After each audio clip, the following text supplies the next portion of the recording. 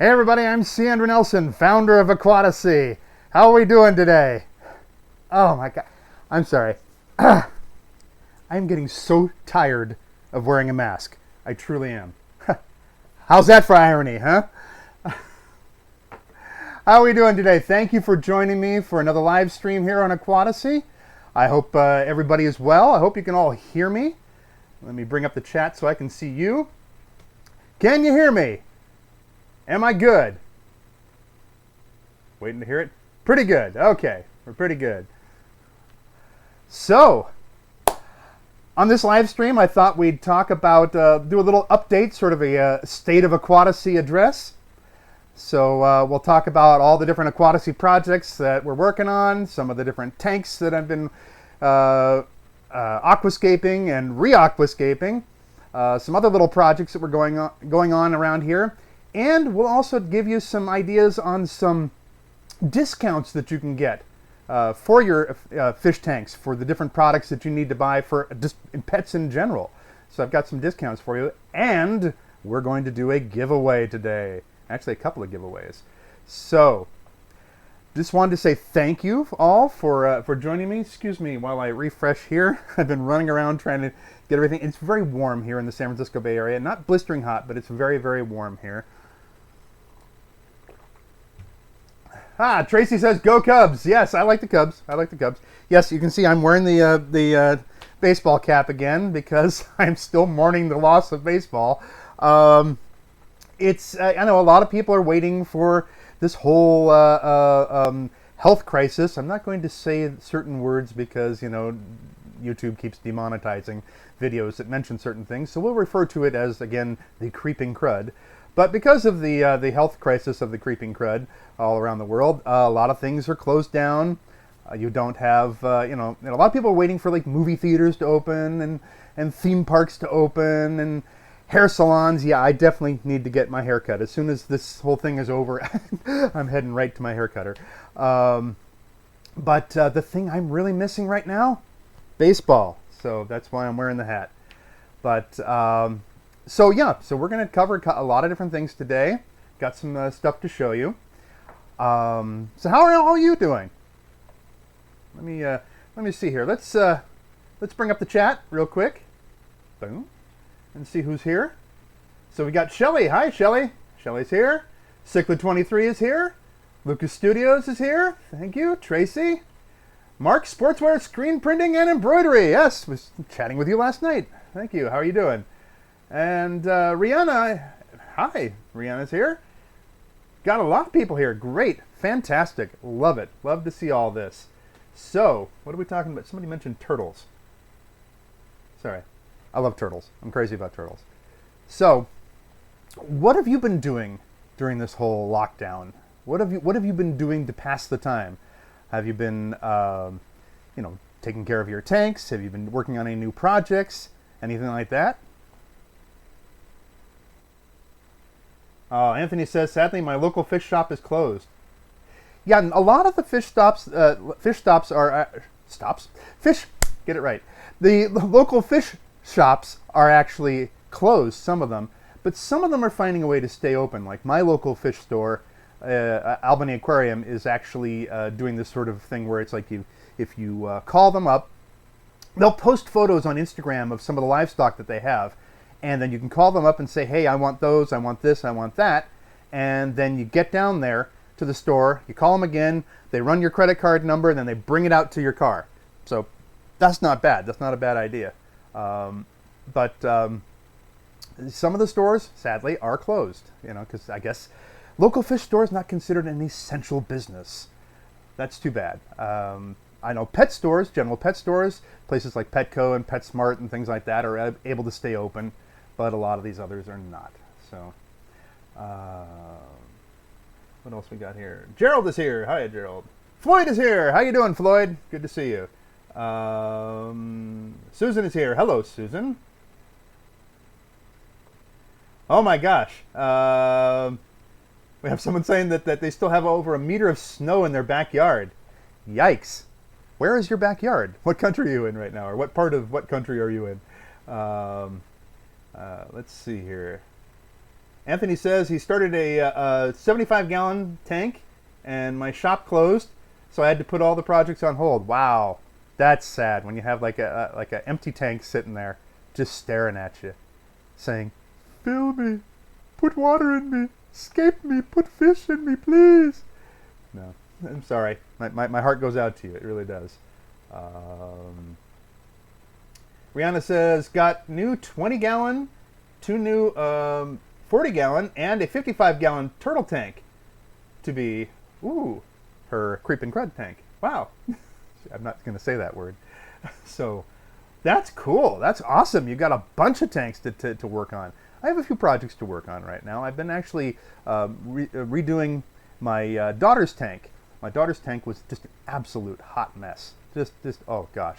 Just a minute. I'll show you in a moment all the plants that I took out of there.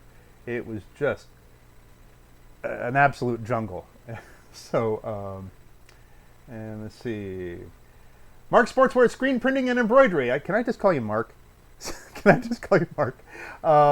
Says, I updated my fish room earlier today with a, is that right? 7-foot high, 20-foot black felt on the wall. Ooh, that looks nice. So you got a nice dark wall to silhouette all the tanks. Sweet. Okay. But yeah, it's all, poor Anthony. It's all empty tank. Yeah. Wow. Okay. So, one good thing about this pandemic, can I say that word? Am I going to get demonetized? This one good thing about this world health crisis is that right here in the United States, one of the chain pet stores, Petco, has been offering a little special here. So if you go to Petco's website, and this is not a plug for them necessarily. I'm just trying to. If I find a good deal, then I want to let you guys know about it. They're not sponsoring this channel, although if they would like to, call me. Let's talk. If you go to their website, if you go online, if you go online and you purchase your items online, but then you pick it up at the store, what will happen is you get a 10% discount on everything. How cool is that, huh? So you get a 10% discount on, this is not just fish items, it's anything from their store. So what they'll do is you order online, and you can pay with credit card or debit card, or I imagine the check, debit out of your checking account or something like that. You can also even pay with PayPal, which was very cool, which is what I did because I needed to get some Seachem Prime and some fish food and everything like that. So I ordered it online, got down there to the store, and all you have to do is once you get down there, they'll actually email you and let you know when it's ready at your local store, and then you call them up when you're in the parking lot, and they will bring it out to the car, curbside. It's like some kind of concierge service, or like some kind of drive-in, diner type thing. The old style diners where they'd bring your food right out to you, like Sonic or something like that. How cool is that? And you save 10%, and that adds up. So it's a great deal. You don't see a lot of the other stores doing that. So kudos to Petco for offering that service. So, check that out. I think that's really, really cool. So, I ordered stuff. I ordered stuff from them. I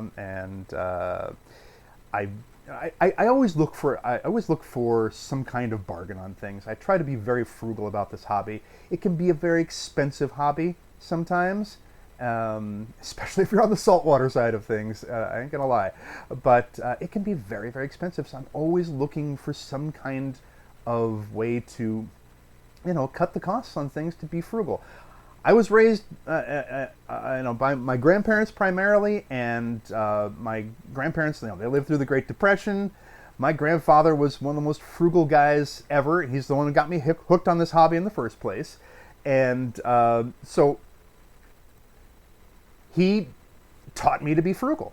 And he taught me to network. He taught me to barter with people. He taught me to look for things on sale, how to, stock. He taught me to stock up on things when they were on sale. So, jump on this Petco thing. I don't know how long it's going to last. I mean, once they lift the shelter-in-place order, Maybe that won't still be happening, but for right now, that's what they're doing, and I think that's pretty awesome of them to do that. So, but let's go back to the chat here for a moment.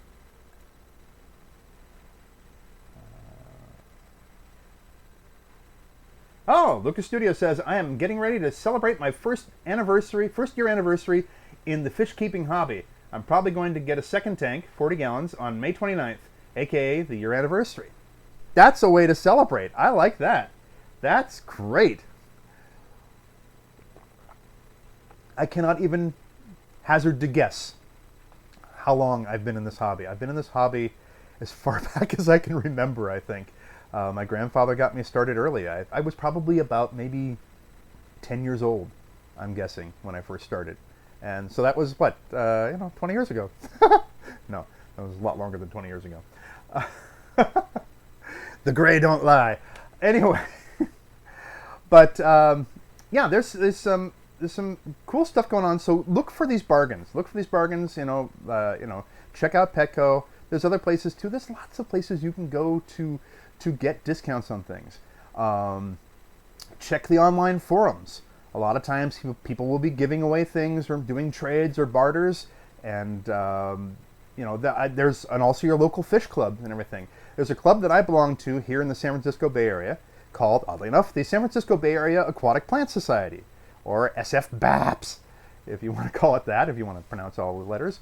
And it's a great group of hobbyists, and we would get together about once a month, and they will do a gathering, sort of like a little potluck thing at this local fish store or that local fish store or something like that. And we try to move it all around the Bay Area so that everybody's not driving from it's like all these people are stuck way up in the North Bay or having to drive all the way down to the South Bay for something like these meetings.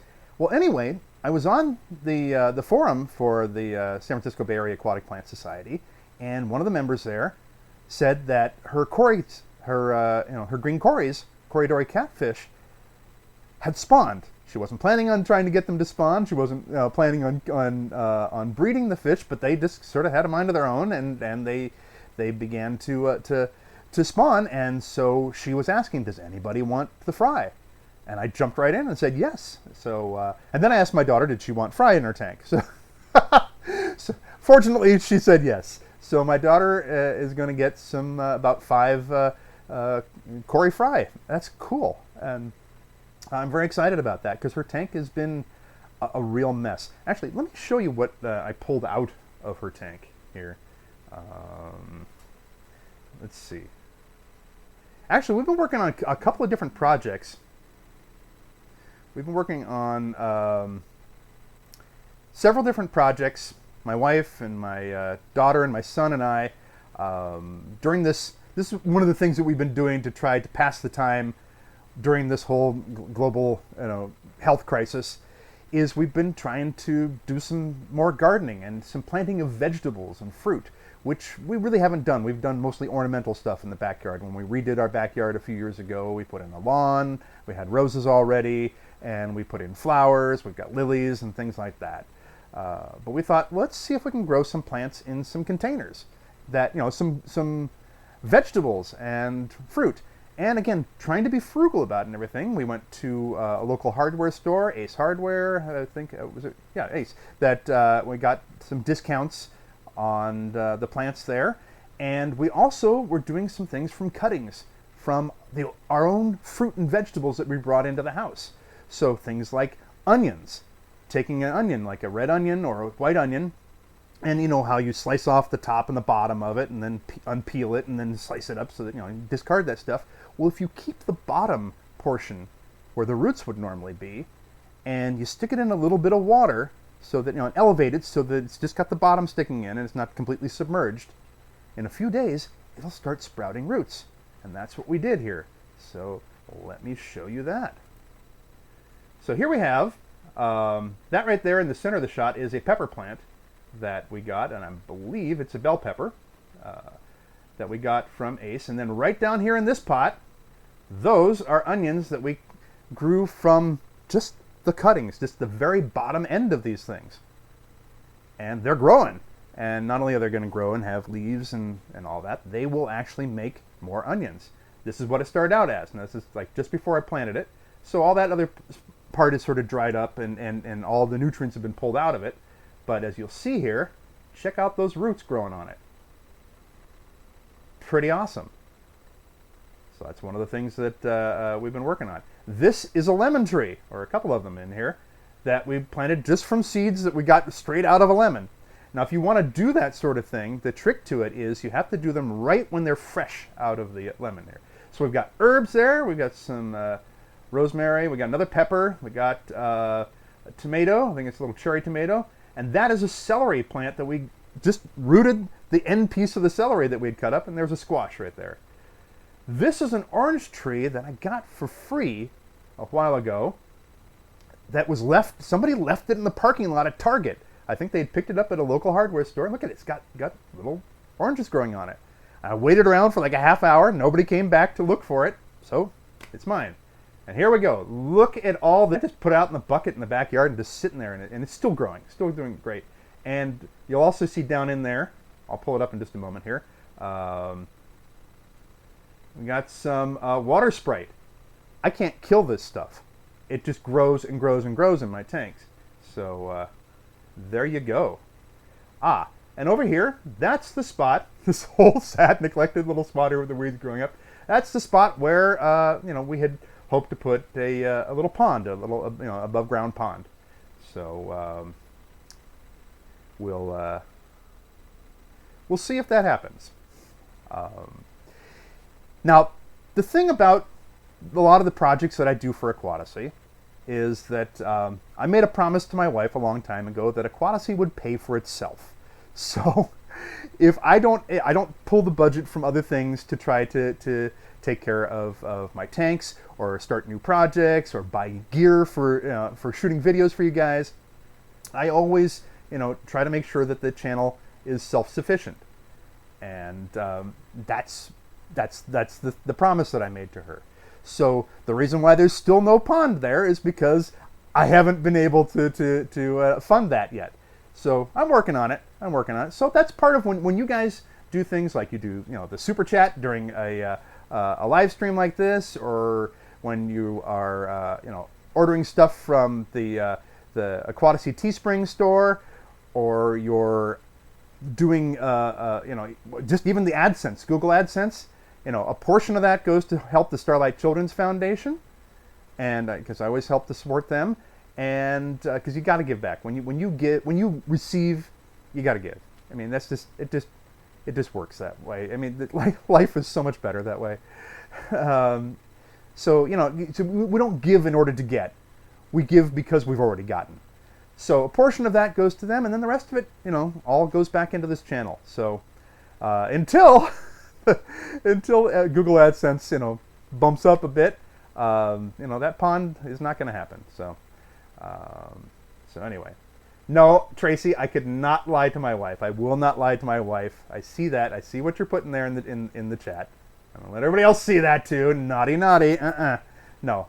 You do not lie to the wife. Happy wife, happy life. You do not want to do that. Anthony just bought a shirt. Hey, thank you very much. If you want to know what he's talking about here, this is what we're talking about here. We've got this is the official Aquatic shirt, which I'm modeling right now. There we go. We also have the matching mug that goes with that.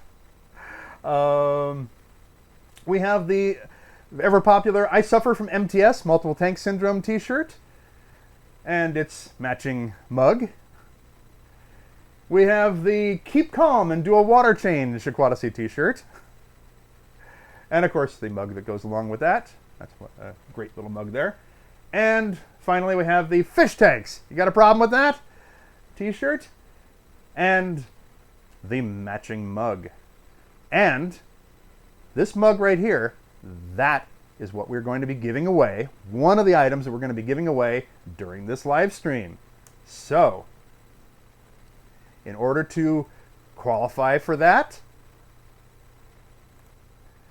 all you have to do is send an email to info@aquatasy.com. Info@aquatasy.com. Send an email to info@aquatasy.com and you will be in the running for the mug there. And I will keep this open until just before midnight on Sunday this weekend. So it gives people who watch the replay of this a chance as well. So send me an email. Make sure you put in the email, what your online handle name here is on YouTube, so that I know it's you. And we'll do a drawing, and one of you will get this nice little mug. What do you think about that, huh? Don't say I never did anything for you. So anyway, yeah. So those are some of the projects that I've been working on there.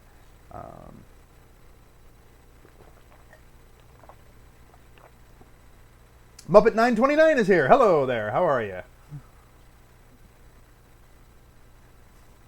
Mark says, nice shirt, and I'm in the business. Yes, I know. Very cool. I'll have to check out your business and see what kind of products you've got there. So, anyway, one of the other things that I wanted to talk about is hold on a minute. My good friend Jerry Cornell has just texted me. Jerry Cornell from Theme Parkology, which I do a lot of projects for, and that was something else I was going to talk about here. He says, I can't find your show. Where is it? Let me text him and tell him, Jerry, it's in the same place it always is. No, I won't do that. I'll be nice. So pardon me for just a moment here, because Jerry is actually part of this giveaway, so I want to make sure he's involved in this.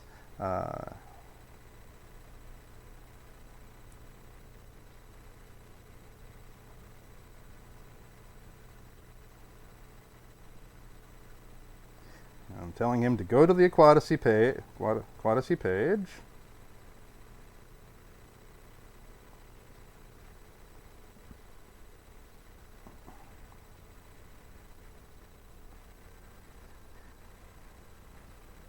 And they tell him to go to the Aquatasy channel page on YouTube. There we go.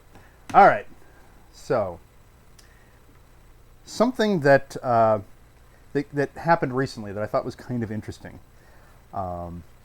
I know a lot of you have YouTube channels as well, and one of the things that you end up dealing with, no matter what, is you end up dealing with the occasional hater. And a lot of people, find ways of dealing with the haters. A lot of people just go into they'll delete the comments that the haters leave. They will ban the haters. I'm not like that. I think it's because of my years of working doing stand-up comedy and things like that and live performances. You're going to have haters. You're going to have hecklers. The Aquatasy channel has a few haters as well. I don't know exactly what they're hating. A lot of times it's because I've given out some kind of information, and I always do the best that I can. It's like, look, I'm not an expert. I don't claim to be an expert. I don't even like the term expert. I am an experienced aquarist, because I've been in this hobby for many decades. I've been about 35 plus years. I've been keeping fish. And so I've got a certain amount of experience, and I delve into this thing, and I network and pick the brains of others. So that's how I end up with all this knowledge and things. So I research stuff. I do it because I enjoy it.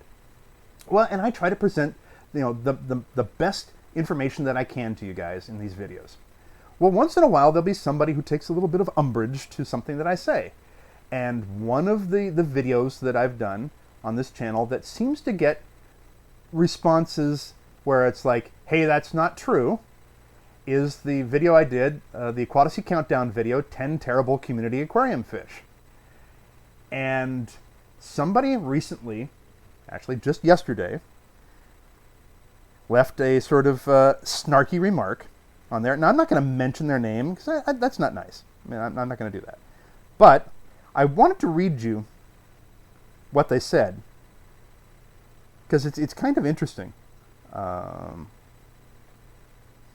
So I have it here on my phone. Let me bring it up. Because what it was is I was talking about in the video that that bumblebee gobies don't necessarily make the best community aquarium fish for like a typical community aquarium tank. what we think of when we think of, community aquariums, guppies and tetras and things like that. Little 20-gallon tank or something. Well, they didn't like what I had what I had said about that, so they insisted that they did make very good,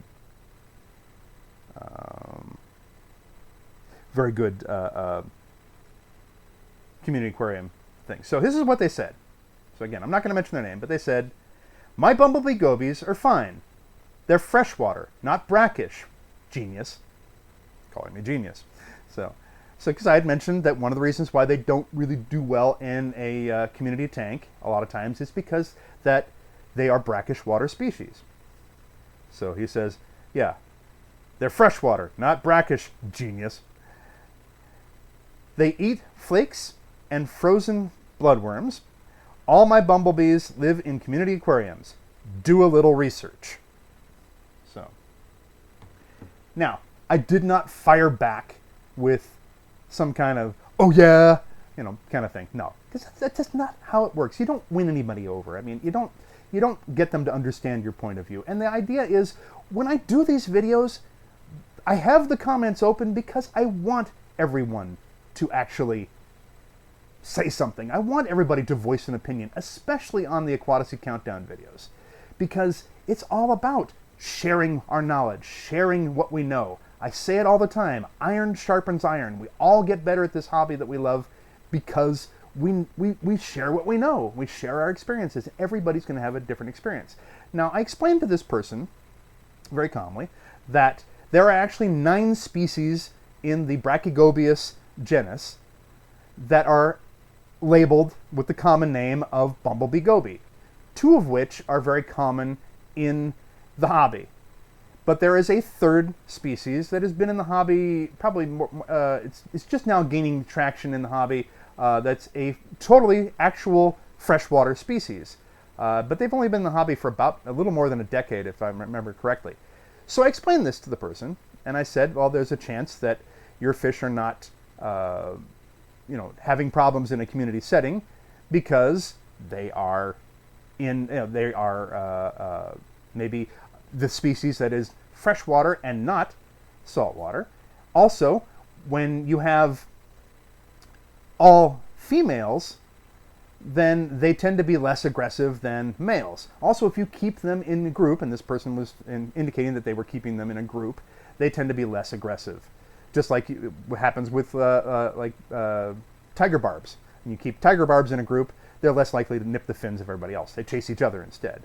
And if you have a tank, and I said all this, I said this part in the video too, the countdown video, was that if you keep them in a tank that has a lot of broken lines of sight, so you've got lots of plants and caves and rocks and wood and everything, then they're less likely to eyeball these other fish and try to target them, and they're more likely to feel, unthreatened by the other fish. So they chill. So I explained all this to the person, and I said, I totally get that you're disagreeing with me. You have different experiences. I welcome your input. And I think it's great that you're giving me a different story here. But if you're going to mention this stuff, then please tell us the conditions under which you're keeping your fish so that others can duplicate that if they want. And I said, well, tell me what what size tank you have. How long have you had these fish? How long has the tank been set up? What else do you have in the tank there? What other kind of fish are in the tank? How big is the tank? Is it planted? What are you feeding everybody? How often are you feeding them? What order were the fish added to the tank? Because that makes a big difference. All these different things are factors. And I also said, I said, I actually got kind of a chuckle out of you calling me genius and everything. So I mentioned all this. I mentioned my years in the hobby and everything. And I figured that this person was going to either, they were going to come back with an even snarkier remark. B, they were going to say, okay, I see your point of view now, but here's my experience, and then answer all my questions. Or C, saying, well, I'm just going to agree to disagree. Fine. Actually, they did D. They went in and they deleted their comment. I was not expecting that. But I don't hate on haters. I don't hate on haters. It doesn't do any good. But, you know, that's why we learn, is by hearing other people's point of view. This is why I keep the chat going here while I'm talking to you, because I want everybody here to have a dialogue. That's what the whole Aquatasy channel is about, is that we all get together, we have the whole fish fam together, and we have a dialogue here. Speaking of which, let me catch up on some of this here. And Jerry is here. Excellent. Fantastic. Hiya, Jerry. How are you doing? And Dan Hersey is here. Dan says, hello, you are awesome and enjoy every video you put out. Thank you, Dan. I will send the check to you for that kind No, I'm just kidding. It wasn't a bribe. That was an honest response there. Tracy says, was it Joey? No, it was nobody you've ever heard of. It was not anybody who even has videos on YouTube. They just have a channel for watching other channels. So, no. No, Joey's cool. I have no problems with Joey. Let's see here. Tracy says it was a Dodgers fan. Hey, I don't hate on the Dodgers either. I don't hate on the Dodgers. I don't hate on any baseball team at all, except the Yankees. So, because the Yankees are good. You have to hate on them. Here. What else we got here?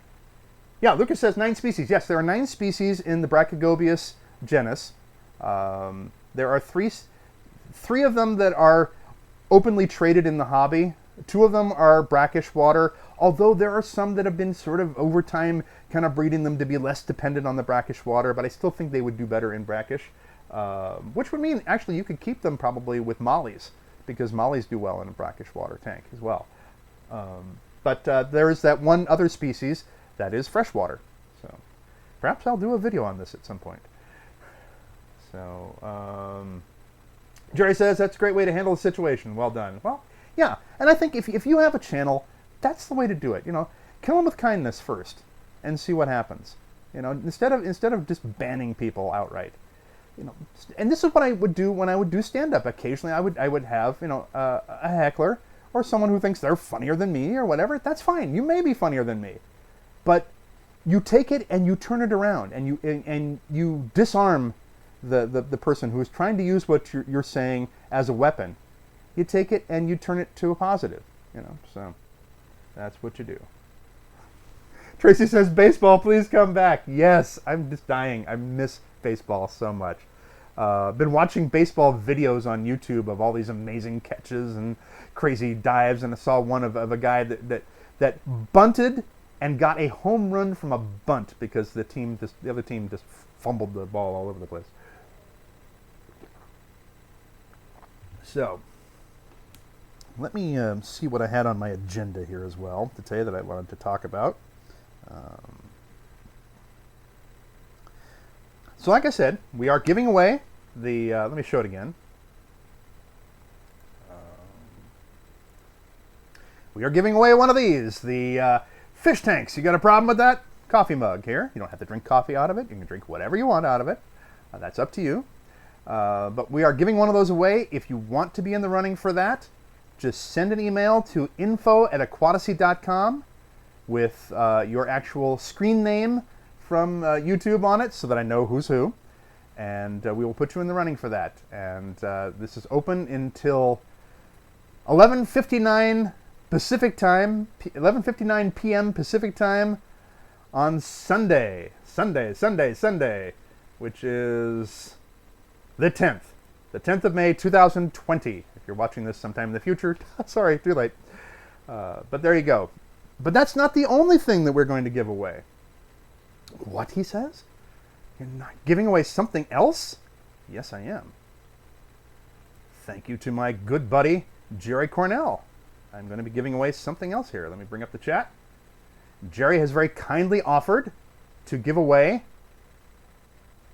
one of his DVDs from Theme Parkology. You'll see one right here, actually. It's one that I worked on. This is the documentary on the history and the making of Pirates of the Caribbean at the Disney theme parks. So Jerry he produces these incredible DVDs all about the history and making of various theme parks and theme park attractions. And a lot of it's Disney-centric because, hey, that's what he loves. And that's what a lot of people like. So he's going to be giving away one of your choice from his website there to one of the winners here. Now, here's the stipulation. Unfortunately, for the people with the mug, I cannot ship that overseas. So if you are in somewhere outside of the United States or Canada, I'm sorry, I can't ship it because it will cost me an arm and a leg to do so. But you're still not left out, okay? Because what I will do for any of you that who want this, who are overseas and outside of the United States or Canada, I will send you something just as cheesy as one of my mugs. I will send you a signed photo of me as Darth Vader. Yes, I will. Now, in case you did not know, if you're new to this channel, I'm an actor, visual effects artist, animator, voiceover performer, and genuine Dark Lord of the Sith. I spent 12 years playing the character of Darth Vader for Lucasfilm and the Lucas companies. On film, for television, for commercials, print, magazine, live appearances, you name it. Everywhere the character was needed. 70 times over 12 years. So I will send you, hold on, wait, do I have a photo? Hang on a second, wait a minute. Something not unlike this. There you go, that is me as Darth Vader. There you go. So I will sign that to you, I will personalize it, I will make it just as cheesy as you want, or just as serious as you want. The Force will be strong with you if you are an overseas winner of this prize. So I will be giving away two prizes here. Either somebody will win the mug, or if you're overseas, you'll get the signed photo, or you'll get one of Jerry's DVDs if you're here in the United States or Canada too. So, how's that, huh? I'm sorry, that's really cheesy, but I just didn't want to completely discount everybody that may be watching this overseas. So you still have a chance to win something of some sort. And who knows, maybe I'll include something else in there too, some kind of other little tchotchke of some sort. Let's go back to the chat here so I can see what's going on. Shelley says about the haters and everything. She says, that is a great point, Andrew. It's like taking negatives and turning those negatives into positives. That's what, yeah, it's true. Colin, yes. Colin is here. Colin, hi, everyone from Australia. Colin, I was talking about you earlier. You will get your mug. I will get your mug to you one way or another. You won't believe how much it costs to ship a mug from the United States to Australia, but I will find a way. I'll see if I can get Teespring to actually send it to you directly, so it doesn't come from there to me and then to you. So it's like $118 US to send the mug from here, because Colin won one earlier. So you're going to get one. Yeah. My gosh, what time of day is it in Australia, Colin? What time of day is it? Good to see you, though. Good to see you here. All right.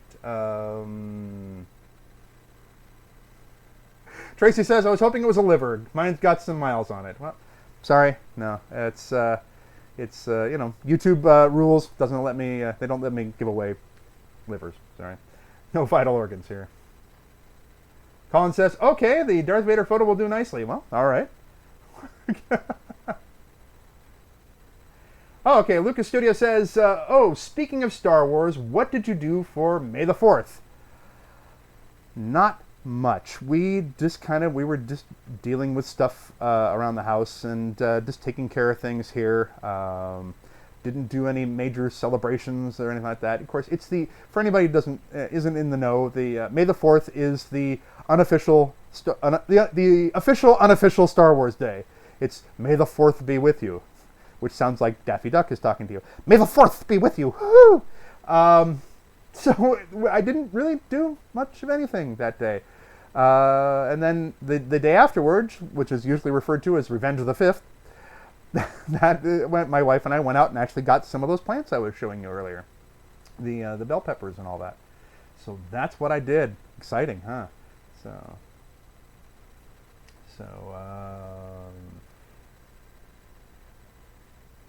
So Lucas is also asking everybody else, what did you do for May the 4th?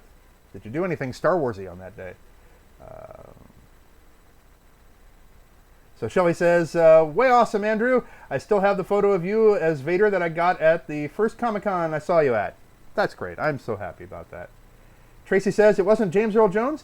James Earl Jones is the voice of Darth Vader. He did not ever set foot in the costume. Didn't really fit. He's not he's not tall enough, and he's a little bit wider than the costume is. He's an amazing actor. He's one of the greatest actors that I think that's ever walked the planet.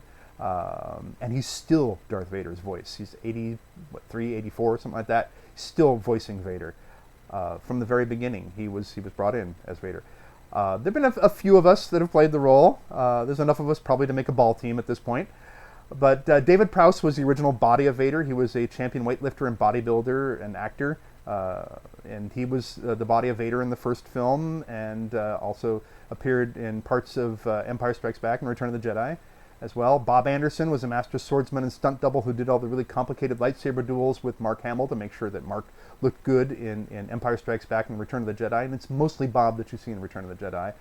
I was brought in for the special edition when George added additional scenes to the original movies to bring them up to how he always wanted them to be.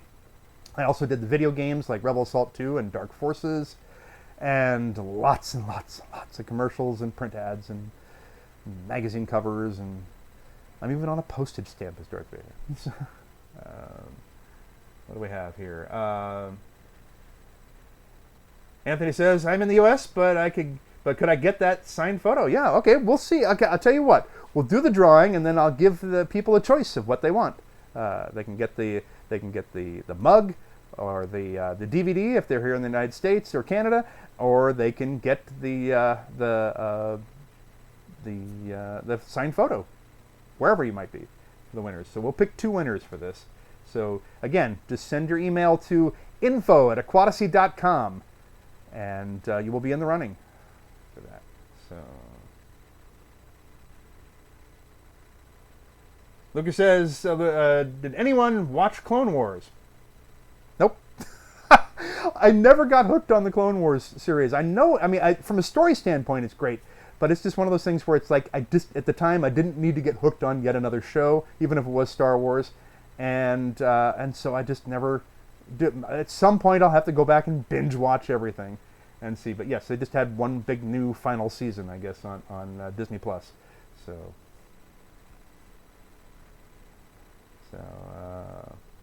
Colin says, James Earl Jones was unforgettable in Field of Dreams. Yes, speaking of baseball, yes, he was. Amazing. James Earl Jones is amazing in everything. I mean, even some really awful films that he did, he's still amazing in them there. So let me look at my notes here. Oh, by the way, one of the things that I just kind of cleaning house here was some things that I didn't mention that I forgot to mention.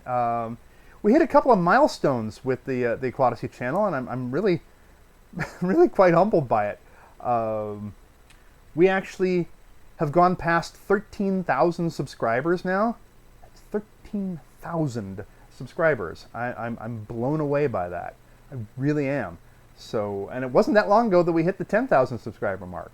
So, wow, thank you. Thank you so much. I've got to do stuff to actually, earn that. And here's the other thing that's really kind of cool, is that the Aquatasy channel has actually gone past 1 million views on this channel. 1 million views. If you total up all the videos together, 1 million views. Actually, we're just ticking over to 1,120,000 views.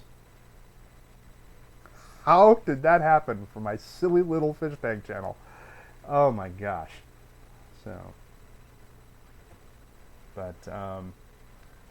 So again, I was talking about some of the projects that I've been working on here, because a lot of you want to know what's happening with them.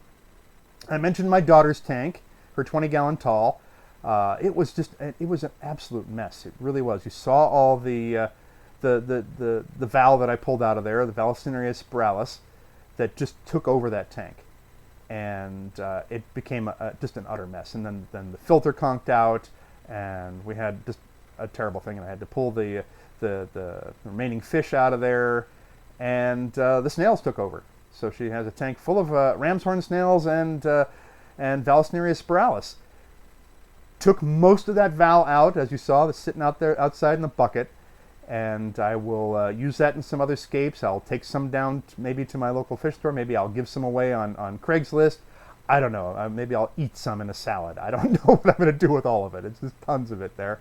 But now her tank is pretty cleaned up and it's looking pretty nice. And I finally convinced her to add some driftwood to it, and it looks really good. So I believe it's pretty much cycled.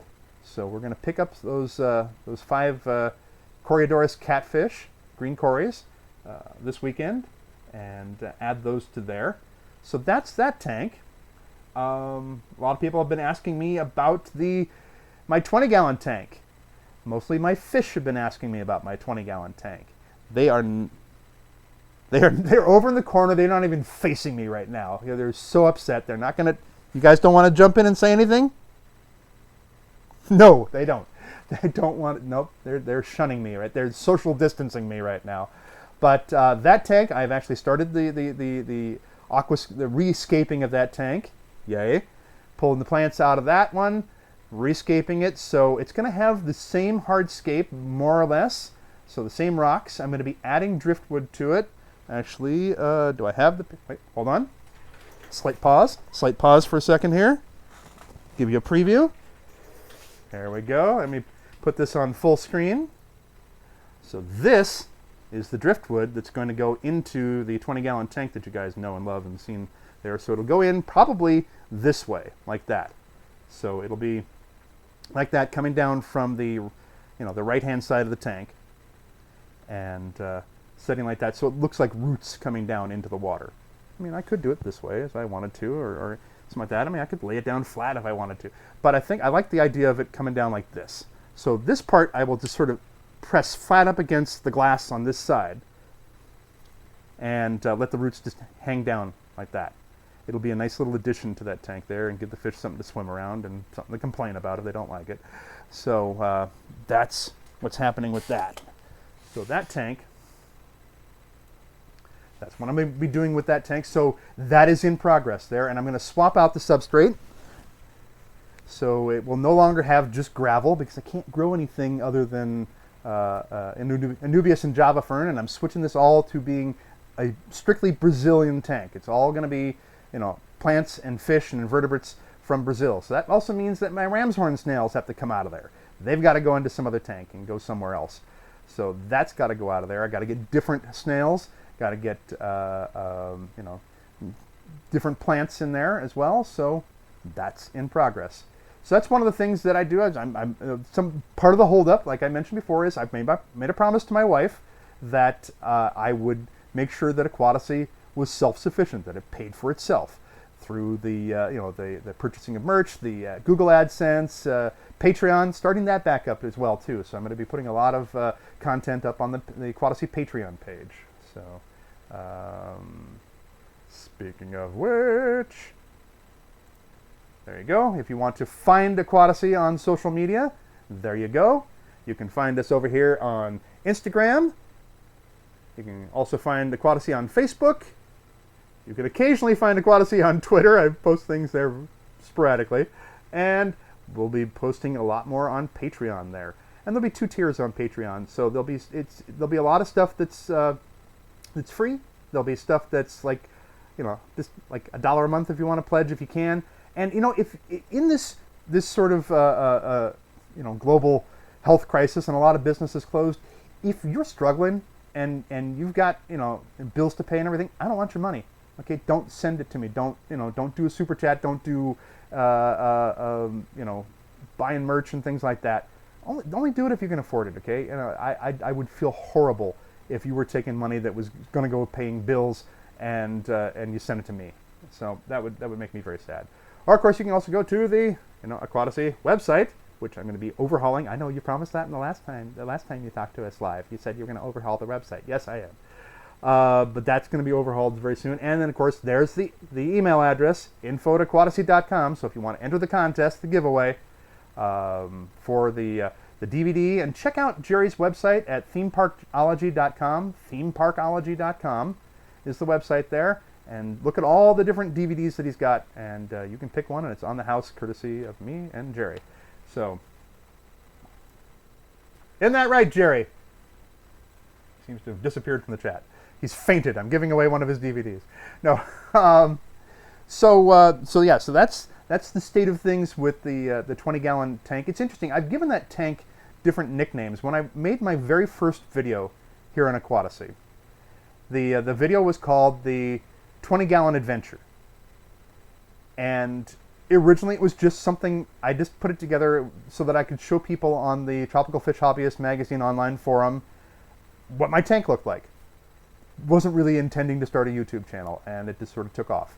But because I'm the type of person that I am, visual effects artist, animator, that kind of thing, I had to edit the video and put titles on it and everything, and so I named the video the 20-Gallon Adventure. And so I started referring to the tank as the 20-Gallon Adventure.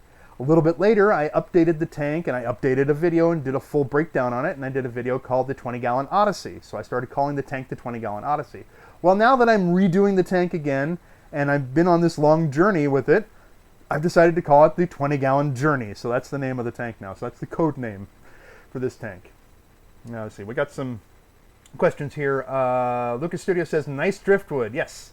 Thank you. Yeah, it's a piece I've had for quite a while here. Lucas says, I found a piece of driftwood at the beach about 4 months ago, and it looks like a giant plank. That's kind of cool. That's kind of cool. And the nice thing about finding stuff on the beach, I mean, you still want to clean it off and everything, but it's been washed in the salt water, which will kill a lot of parasites and germs and things like that. So they tend to be, you know, pretty safe, the wood there, as long as it's not something that's really soft wood. I mean, you don't want to put, you know, pine that's been, you know, washing around in the waves, because pine wood is going to break down in your tank. Let's see here. Oh, Spirit wants to know what substrate I'm going to be using in the 20-gallon tank, the 20-gallon Journey, as it's now known. I'm going to be using. I'm going to take. It currently has gravel in there. I'm going to be taking out the gravel. I'm going to be putting in the foreground. I'm going to be putting in ADA cosmetic sand, Aqua Design Amano cosmetic sand that I have left over from the Thailand project. And then, yes, I'll get to that one in a moment. And I'm going to be using some ADA Aqua Soil, Amazonia, in that as well. But I think I'm going to cap it off with the gravel that I took out of the tank. I don't know yet. I'm trying to figure out, because I do want to get a carpeting plant in there for part of the area. So the whole foreground of the 20-gallon tank is going to have sand. And then the mid-ground and background area is going to have the Aqua Soil. And so I want to do that because I want to be able to have something carpet. So whether it's going to be dwarf hairgrass or S. repens, or it's going to be maybe some pygmy chainsword, something, or a combination of those three, or two of those, or whatever I can get my hands on, you know, cheap and easy and quick. That's what I'll put in there, what I can barter for, or something like that. That's part of the fun when I do these projects, is trying to see, you know, if I can spend as little as possible on these tanks. And yeah, it slows down the process sometimes, but also what I like about doing these tanks where I pick a country and then I will scape the tank and stock the tank based on that country. And I didn't always do that, but I like doing that now. It's a challenge because I start learning a lot. I learn about that particular country. I learn about the fauna and flora, the aquatic fauna and flora from that country. I find out what fish go with what. I find out the lighting and water requirements for the different plants and the nutrient levels that they need. It's very exciting. So yeah, so I'm either going to just use the straight aqua soil, or I'm going to cap it off with the gravel so you don't really see it, and then, you know, let the roots grow down in there, because I want to grow Amazon swords in there, and they need something rich. I mean, I know some people put root tabs down in there. I may even put some root tabs in there underneath the aqua soil, or buried in the aqua soil, and then put the gravel on top of that. We'll see. We'll do. I know my buddy Mike from D. Michael's Fish Den he's big on root tabs. He uses a lot of just, you know, sand in his tanks, and he has great results with that. So that's what I'm going to do with that. Here, let me get caught back up on the chat here. Let me scroll back up because I missed a few things.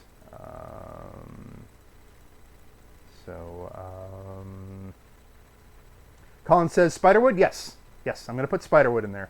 I had toyed with it. I had always had Malaysian driftwood. There were some pieces that were in there. You could barely see them after a while because I'd had them in my tanks for years, decades.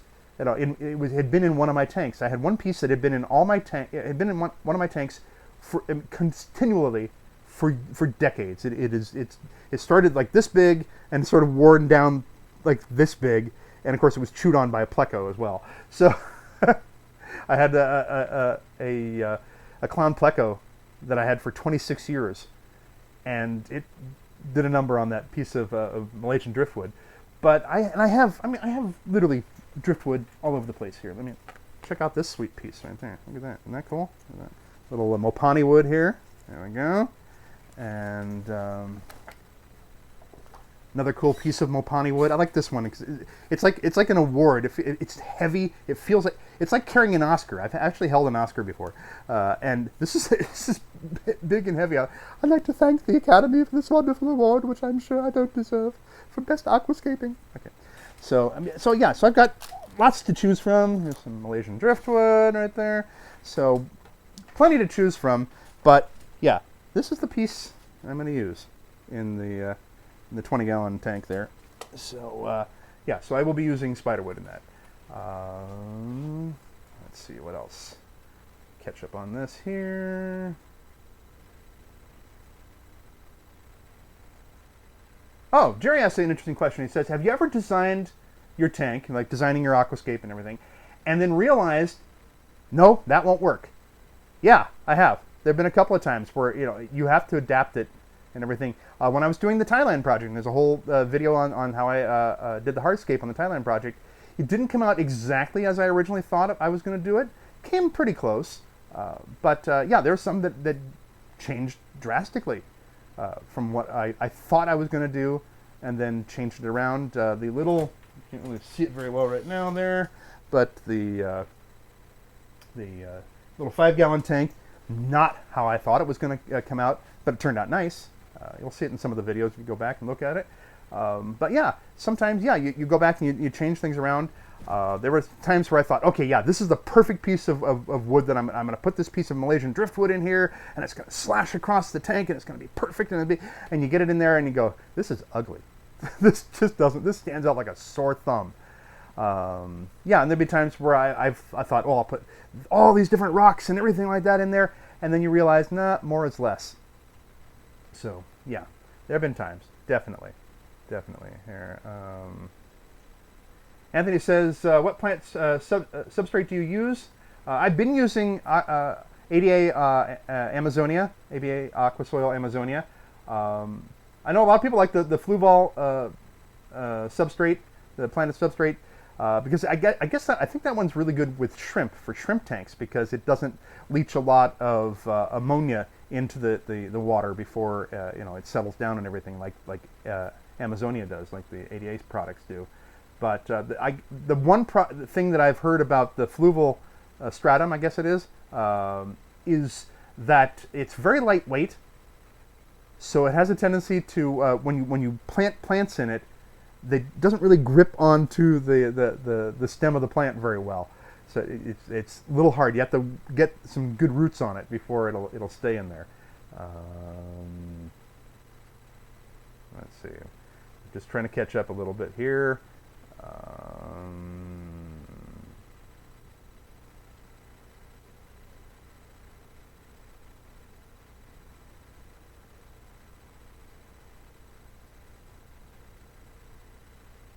Okay, Dan says it just recently got into the saltwater side of things. That's cool, yeah.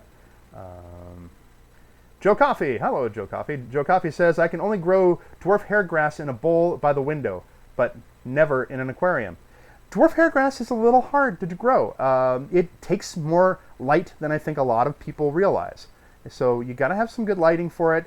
It needs some good nutrients, so you've got to have a good substrate for it sometimes, or at least you've got to have some nutrients in there. A lot of people do grow it in sand, but they're putting root tabs down in there. So it is a root feeder. I've gotten it to grow a little bit. I had some in my quarantine tank, holding tank down here where my snotty fish are. That's the Ellis Island project, as I call it. I've grown it in there, and it hasn't taken off, but at least it hasn't died. So it's a little bit harder there. Lucas says, I love Amazon swords. The method I use to grow an Amazon sword is to use a combination of API and flourish root tabs. Yep, both very good. And in about 2 months, my Amazon swords grew about 12 inches in my 10-gallon. Wow, are they just popping out of the top? Is that what was going on? Oh wow, that's a lot. That's pretty amazing. Yes, Spirit. I had a clown pleco that lived for 26 years. Yes, I did not know they could live that long. I really didn't.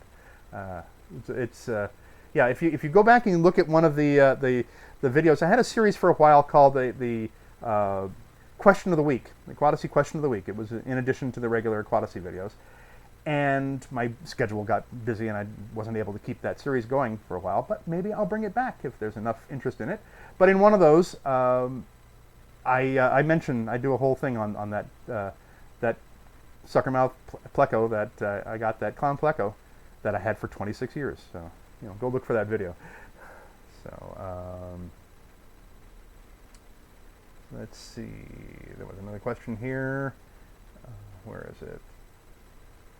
Okay. Spirit says, are you going to put some rocks in the 20-gallon?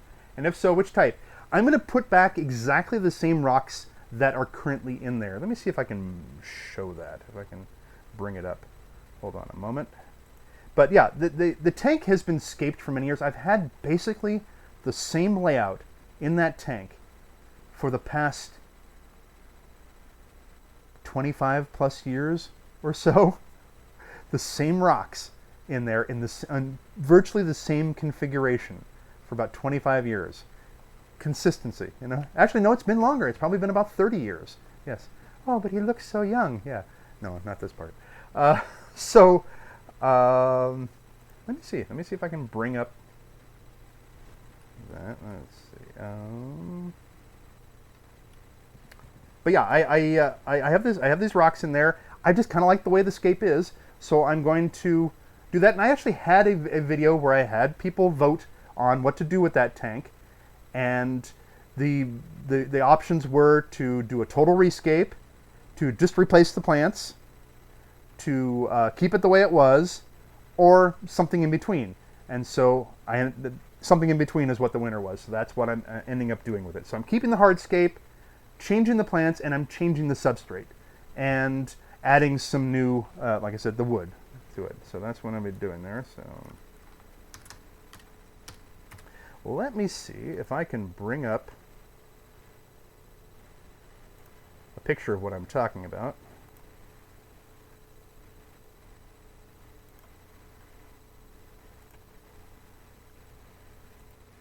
So yeah, so the hardscape will stay the same.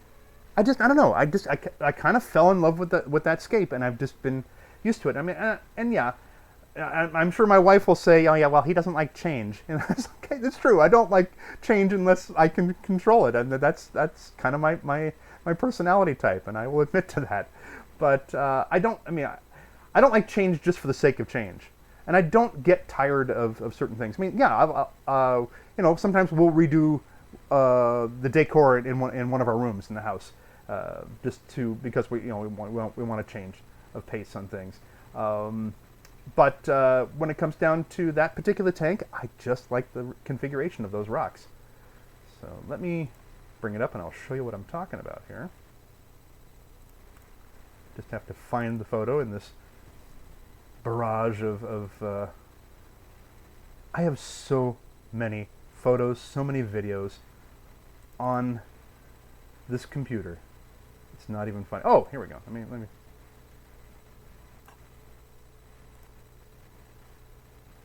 First of all, let me show you this.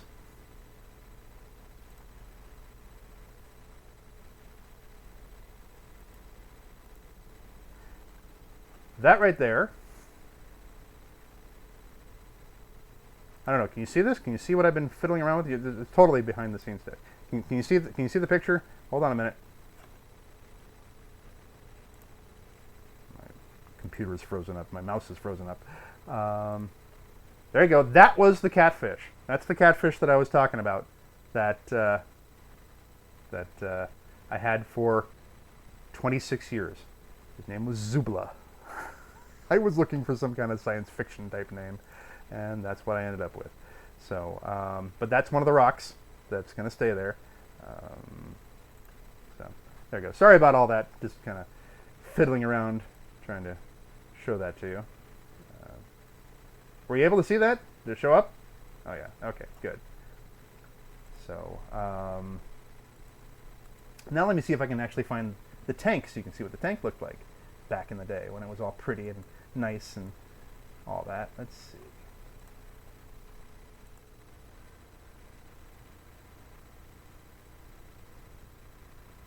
Nah, that's not a good picture. It's got to be a better picture than that. That's a better picture. Okay.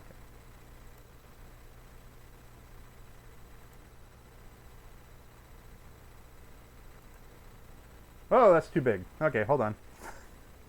This is what happens when you do this stuff on the fly. All right. Let me try that again. No, not that, not that. Stop clicking on things, Andrew.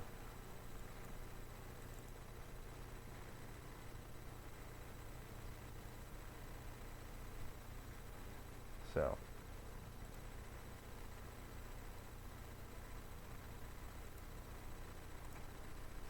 Slight pause whilst I adjust things. They should have something on here I'm using OBS Studio, by the way. They should have something where it should automatically resize the image so it fits perfectly. But no. Okay. Or if it doesn't, then it's just me. Okay. All right. Well, I will just resize it on the fly, just to show you what I'm talking about here.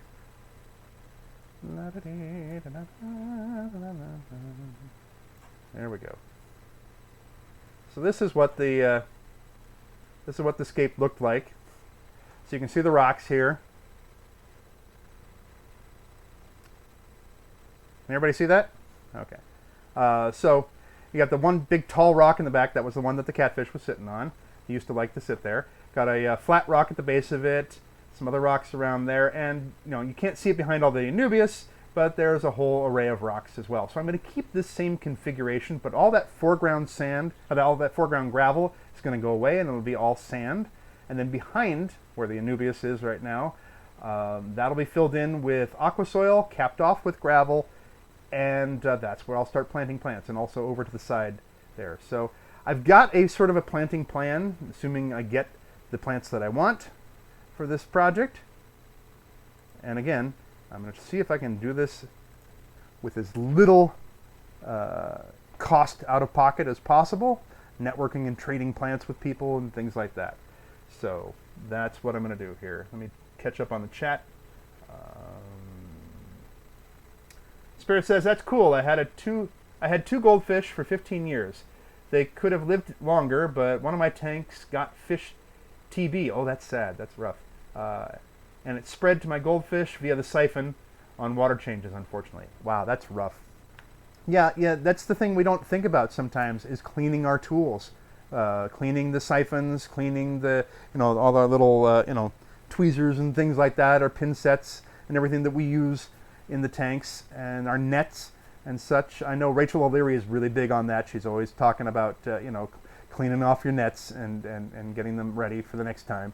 And I'm guilty sometimes. I don't always clean the nets and everything, but I need to, and we should. And I'm sorry, that's rough that happened to you there. But let's see here. Joe goes, let's all go to the lobby. Let's all go to the lobby. Yeah, sorry, we had a little break there and things. But so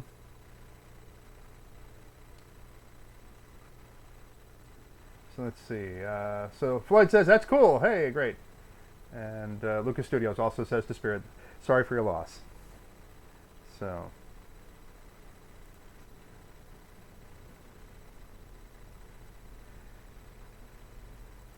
One moment here. Okay.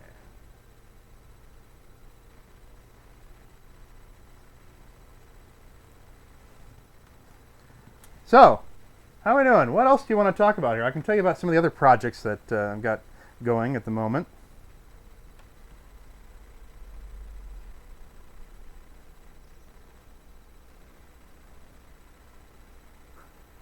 All right, Spirit, thank you. Spirit says that it's late here. I'm heading off. Catch you later. Thank you so much for joining. Thank you for being part of this. I really appreciate it. Okay, and I promise we won't talk about you after you leave. All right, so we won't.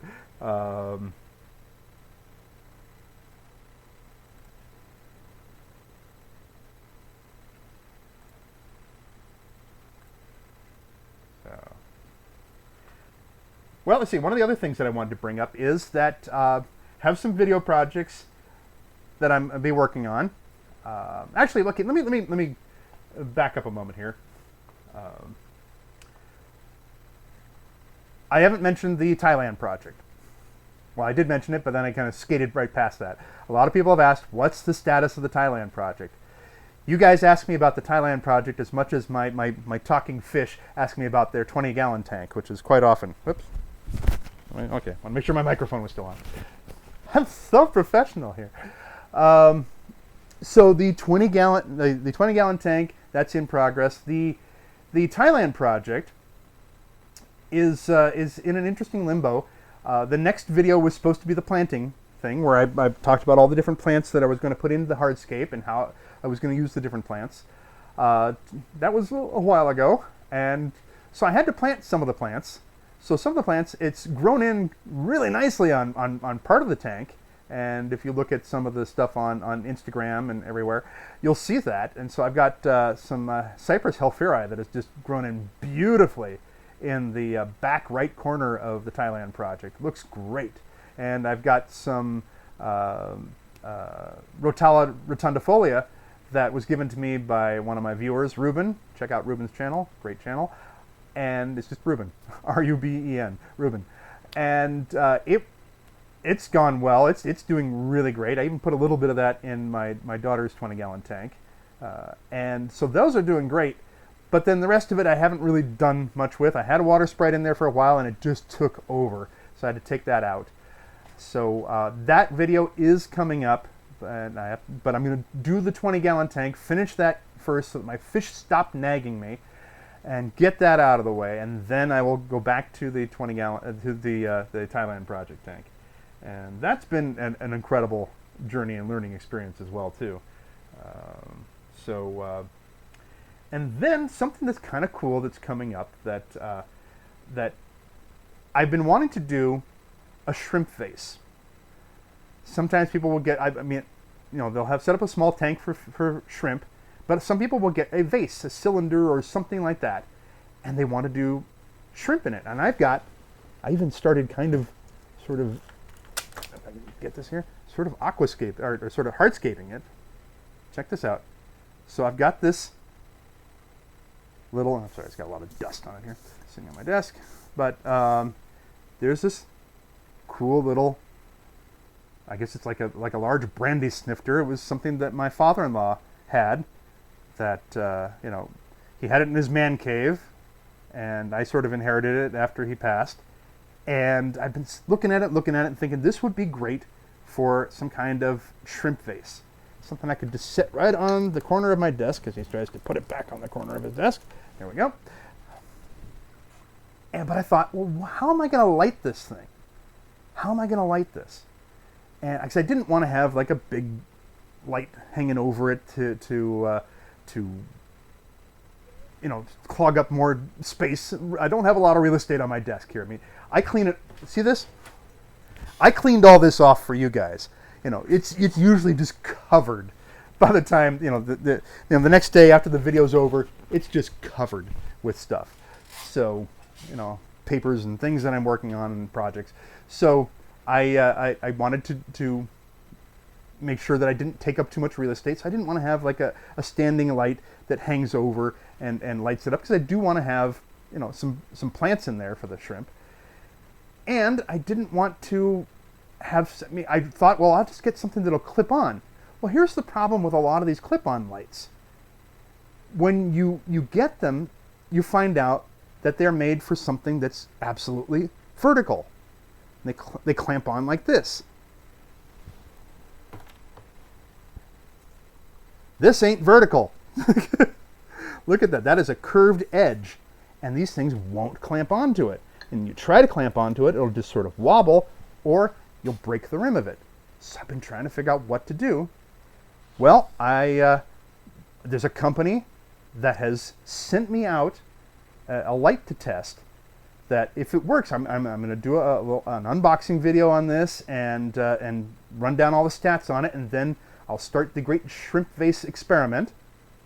And it's a light, it's an LED light that's bendable, that will conform to the contour of this vase or a bowl or whatever, and it's held in place by a magnet on the other side, like a mag float things, like we use for cleaning the algae off the glass.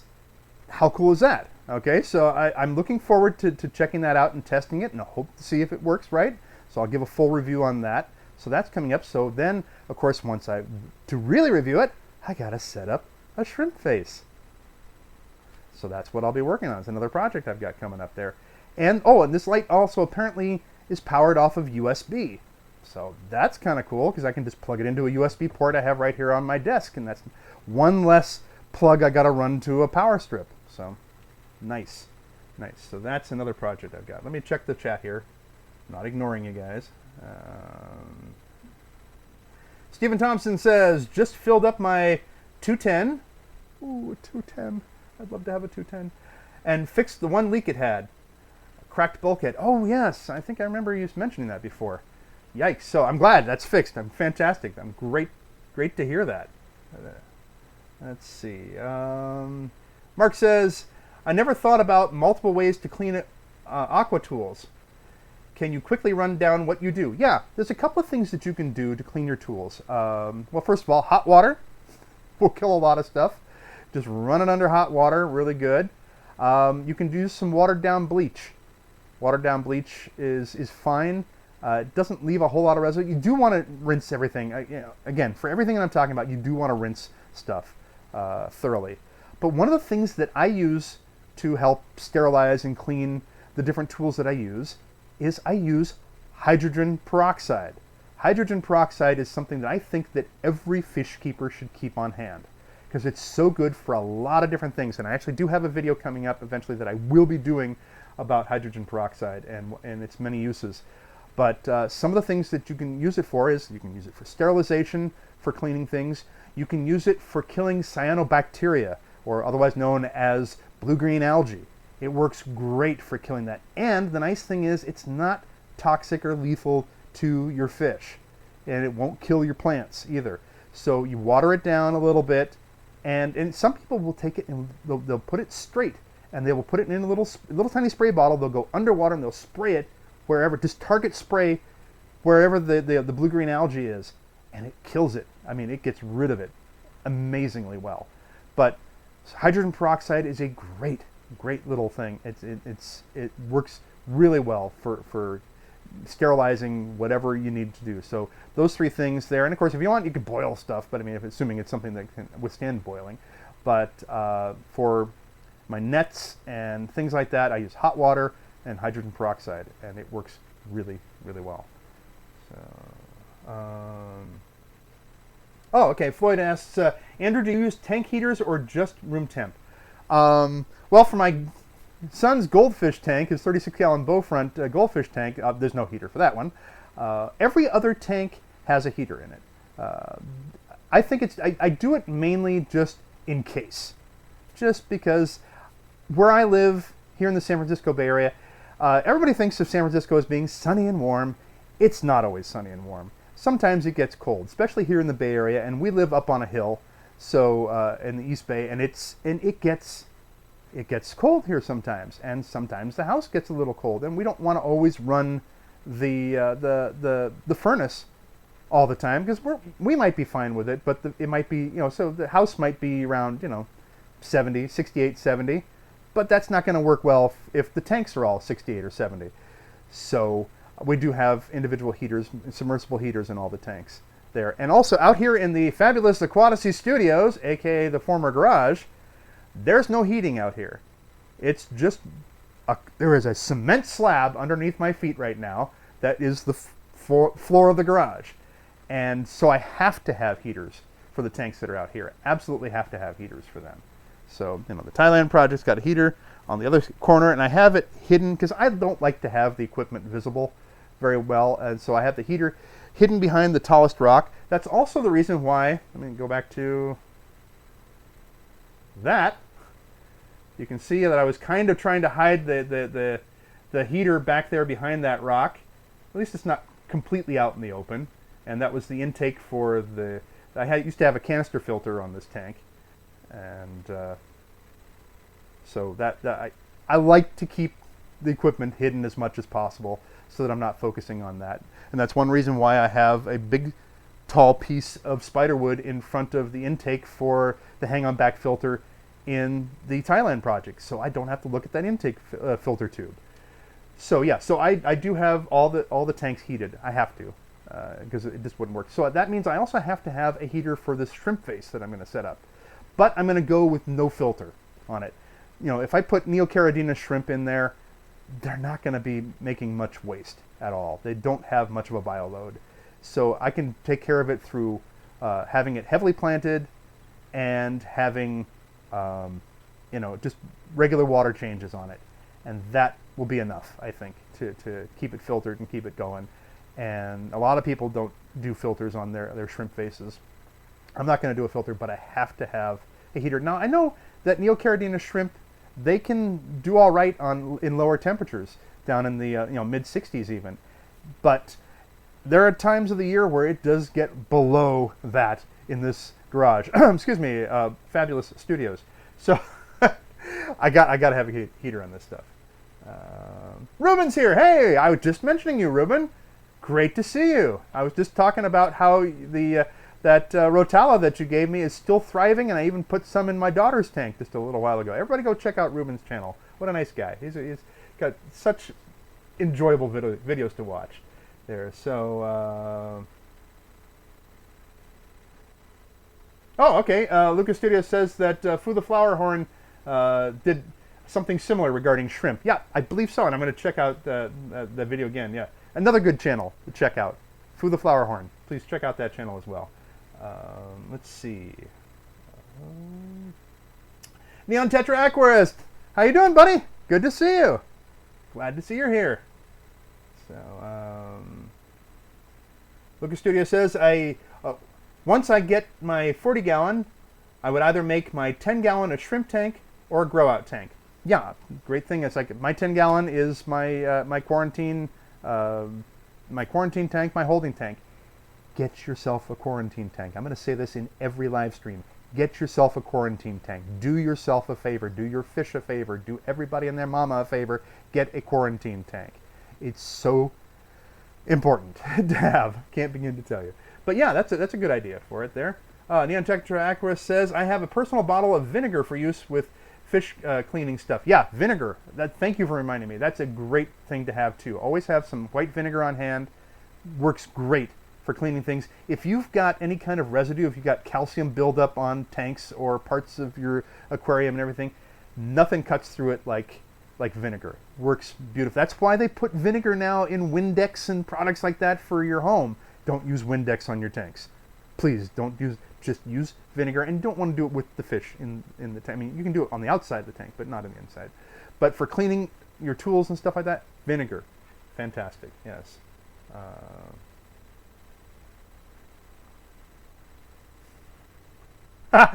Lucas says, I would say quarantine, but we all know what we're going through. Yeah, quarantine apparently is one of the words that I can say without YouTube demonetizing, you know, without them demonetizing everything. So, because I'm talking about a quarantine tank, it's different, you know, it's fish stuff. So I just don't want to mention the name for the creepin' crud. Not even, oh, Joe wants to know, not even an airstone? Probably not, no. I probably won't. I'm hoping that this light that I'm going to be testing out will work out well enough. It's an LED light that'll be strong enough that hopefully I'll get some pearling action going from some of the plants in there. But no, I think I'll do enough water changes that it'll keep things good. Yeah, I do have an airstone in the Thailand project over there, back in the back corner, for a couple of reasons. Because that one back corner, because there's so much Cypress halferi growing up in that area, that sometimes the water flow isn't, it sort of interrupts the water flow, and I don't want that area back there to become stagnant, so I break it up with that. And also, I just like the look of the bubbles coming from there. It almost looks like water flowing from that direction. That was the idea of that scape, was that the water, it would be a stream that was coming from that corner, which was the uphill portion, down towards the lower left, which is the deeper water, closer to you perspective on that. I did a diagonal scape on that because it's facing my desk diagonally. So, So, yeah, Lucas Studio says, never thought of hydrogen peroxide. Yeah, it's great. You got to keep that stuff on hand. So, okay. Neon Tetra Aquarist asks me, I'm going to start calling you NTA. What's your favorite Neocaradinas? Mine is Blue Dreams. You nailed it right there. Love Blue Dreams. That's what my daughter had in her tank for quite a while. I love those. Actually, probably my least favorite are the red cherry shrimp, unless they're really bright red. But I love the blue ones. Blue's my favorite color. I'm wearing blue right now here. Blue is my favorite color. If you go on, I think if you go on candrewNelson.com, my regular website, my official C. Andrew Nelson website, I think it might even say on there the blue is my favorite color. So, but yeah, I like those. I also like the orange ones quite a bit. Yellow's cool. I even like the plain wild brown cherry shrimp too. I like them all. There's some that some colorations I'm not crazy about, but and then I haven't ever tried keeping the Caradina shrimp. They're a little more demanding, and so I haven't like the crystal reds or anything like that. If you go to if anybody watches Corvus Ocean, Joel, he's the master. He's got some amazing tanks. He's got I think a 150-gallon tank filled with the Caradina shrimp in there. It's beautiful. It's gorgeous. Fantastic tank. Let's see.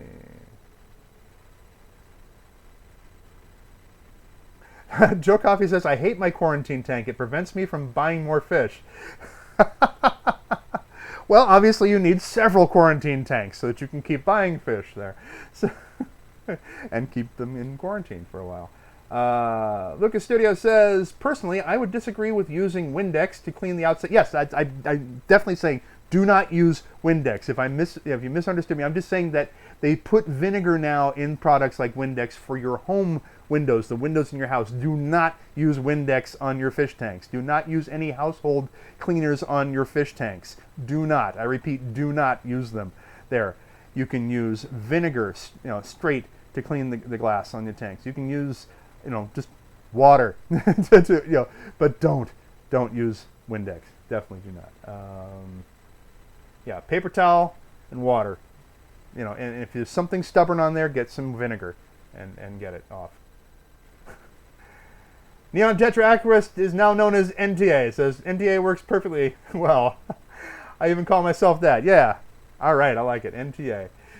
So, yeah, then I'll get dry, Lucas says, get dry paper towels and then use that to absorb the watermarks in the glass. Yep, that's exactly what I do. Oh, I do want cherry shrimp, he says, but I'm never able to find them. Really? What, are they hiding from you? Is it? Look, he's coming! Shh! And it's, what? Why can't you find them? Are they just not in the stores near you? Or, I mean, are you, you can find them online, but maybe it's a little, it can be cost prohibitive sometimes. It's always the shipping. Always the shipping that kills you on these things. Yeah, Flip Aquatics, yeah. Stephen Thompson says, Flip Aquatics has a huge shrimp-only tank. Yes, yeah, absolutely. And Flip Aquatics, also a great source for buying shrimp, too. Check out their website. Check out their YouTube channel. Fantastic. Great guy. So do that. I got the shrimp that I had in my daughter's tank, I got as a random act of kindness that somebody gave me, somebody on the plantedtank.net. If you want to check out that website, another good website to check out. They were giving, and they happen to be here in the San Francisco Bay Area, and they were giving away some plants, and they gave me some Blue Dream shrimp with it too. So I did a whole video on that too. I think it's called I Got Shrimp. So go check that out too if you haven't seen that. So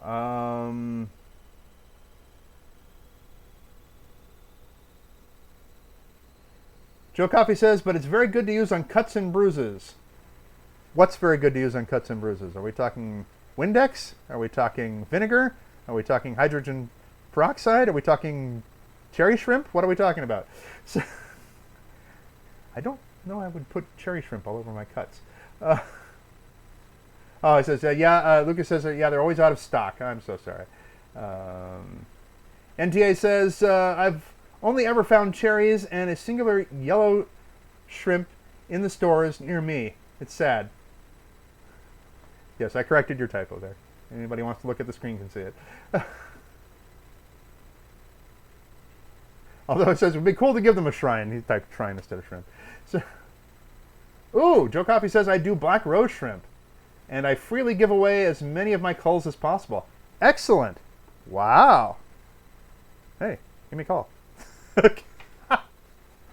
I'd try black rose. Black rose, that's cool. Windex. Okay, Windex saw it in a movie. Okay, here's an interesting thing.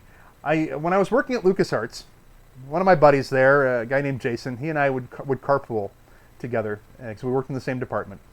And I would pick him up at his house in San Francisco, his apartment, and he lived with this guy, and his landlord was someone who swore that his arthritis in his knees felt better if he put WD-40 on his knees, which was a lubricant. Apparently, he would rub WD-40, spray it on, and rub it into his knees. So I used to refer to his landlord, as my friend's landlord, as Mr. Squeaky Knees. So I had not heard about Windex, on cuts, but I had heard about WD-40 on your knees. Again, I do not condone any of these things. You know, go Google it yourself and maybe start with the Snopes website and see if this is real. So, all right. What else did I have to talk about here that I was going to mention on this list here? Oh, one other thing. I thought this is kind of cool. Rachel, we mentioned Rachel O'Leary earlier. Rachel O'Leary, another person that if you're not watching her channel, you got to watch her channel. She's fabulous, and she's written so many. She's written wonderful books here too. I think I've got one of them somewhere back here. I don't know where I put it now. But Rachel's awesome. Rachel is an absolute treasure in this hobby, and she knows her stuff. She's put together an interesting challenge, and a lot of people are taking up this challenge now to scape a tank, put together a tank with just found items, things you already have. And that's something I really want to do. So I do have one more tank. Not sure my wife knows about this. If she's watching this, she'll know about it. But down here under my desk, hold on a minute. And I alluded to it once in one of my videos. Look at this. Okay, let's put this on full screen here. I have this 11-gallon Aqua Springs tank that was sent to me by Aqueon to review. So I'm, at some point, going to set that up. They also sent a stand for it. I will do a review of this whole thing, set it up, and I will take that challenge and do just found items so that I'm not spending any money. So I'll only be using plants that I already have, substrate I already have, and hardscape materials that I already have. Even if I have to dig rocks up out of the yard, that's what I'm going to do. So it'll be the no money thing. And since this is a complete kit, you know, I don't have to worry about lighting or heating or filtration. The whole kit comes together, and I'll test it out. And again, I will do like I usually do. I will pick a country, and I'll base everything around that country. So part of that then will be, because this is a challenge where I have to do just found items, things I already have, that means I'm not going to be ordering plants for this tank. It has to be whatever plants I already have. So that means it has to be a country that those plants are from. So, interesting little challenge, huh? So, what do we got going here? Oh, Joe Coffey says, yeah, the WD-40 story, he says, that's awesome. Yes. Mr. Squeaky Knees, that's what I called him. To the point where my friend Jason almost called his landlord that to his face. So that was funny. And he was an interesting guy. He was a nice guy. I met him once or twice when I was picking Jason up when we were carpooling to LucasArts. That was funny. Okay.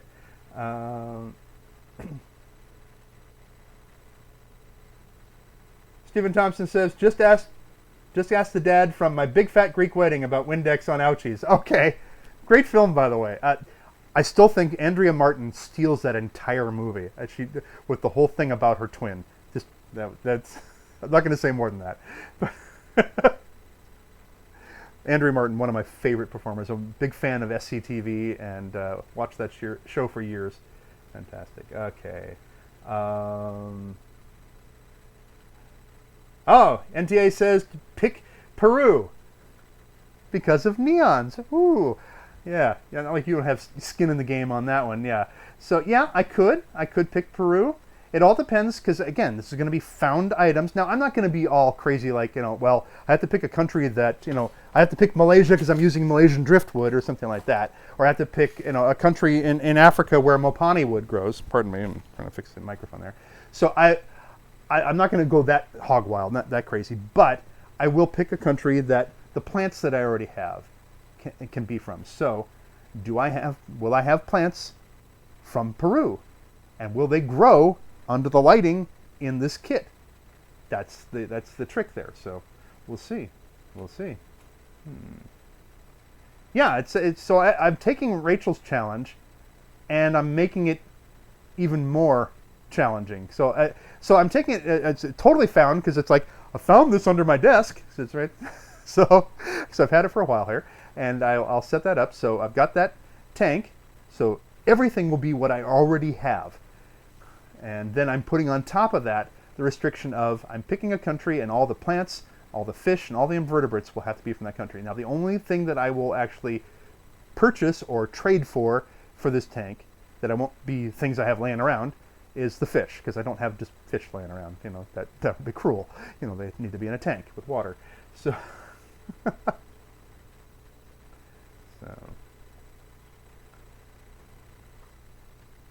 So that's what I had to talk about there, pretty much. I think I've covered everything on my list of things to talk about. Again, I want to mention it once again, if you're tuned in late or something like that, the whole Petco discount.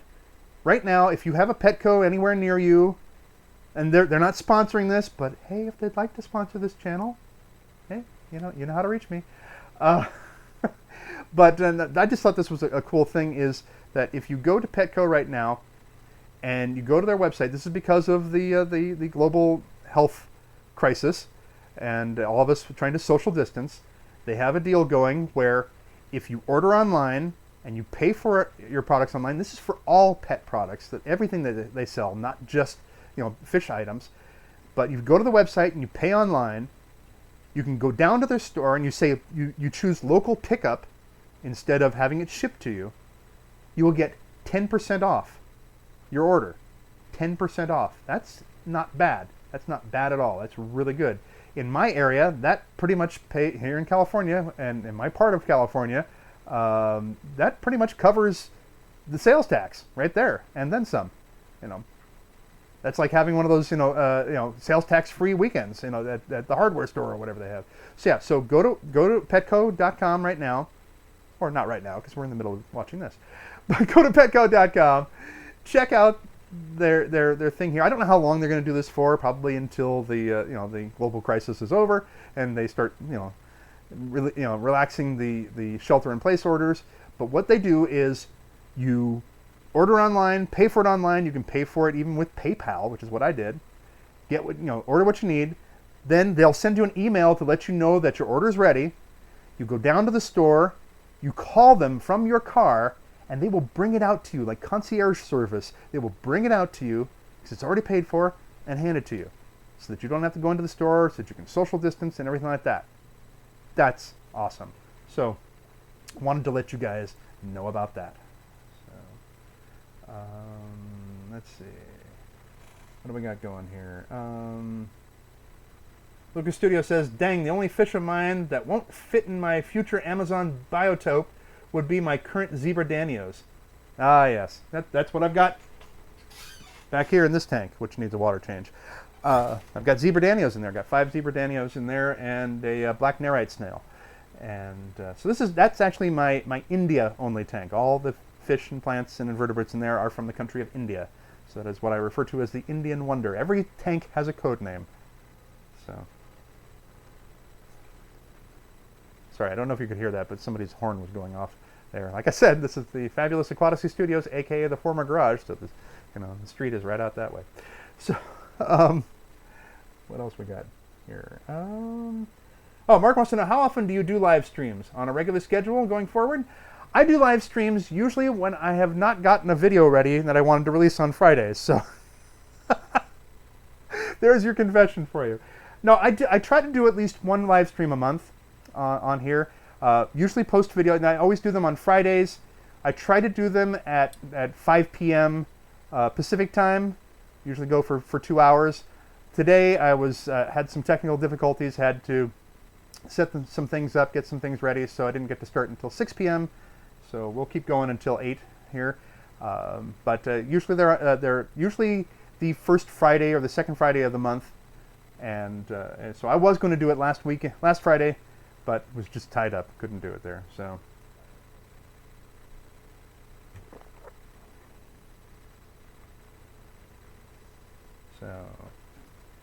want to know, is Jerry, are you still here? Are you still watching or not? I know you're a busy guy. Jerry Cornell from Theme Parkology. I'm actually working on some projects with Jerry. I'm going to be working on some more documentaries like this. And again, you could win one of these, one of your choice, if you enter the contest. We are giving away both. You can have a choice of, if you live here in the United States or Canada, you can have a choice between that DVD, or not just that DVD, any of the Theme Parkology DVD documentaries on theme parks and everything, some of which I've worked on. Or you can win this fabulous mug right here that says Fish Tanks. You got a problem with that? You can get that coffee mug. So, or you might be able to get, if you're in another country, or if you just choose to get this instead, you might get this cheesy autograph photo of me as Darth Vader. Yes. So I will send that out to you if that's what you want. Yes, I played Darth Vader. For those of you who are just joining us. So all you have to do, though, oh, I went to the wrong one. Let's go to this screen here. Is you just have to go and send an email to info@aquatasy.com, and in that email, tell me that you're entering the contest, the live stream giveaway, and make sure that you put in that email what your YouTube handle is, your channel name, so that I know who's who, and then you have to get that in by Sunday night, 11:59 p.m. Sunday, which is May 10th, 2020, and you will be in the running to win one of these things. So I'll be giving 2 prizes away. So, in fact, maybe I'll do, well, let's see. Maybe I'll be even more generous than that. We'll see. Anyway, back to the chat here.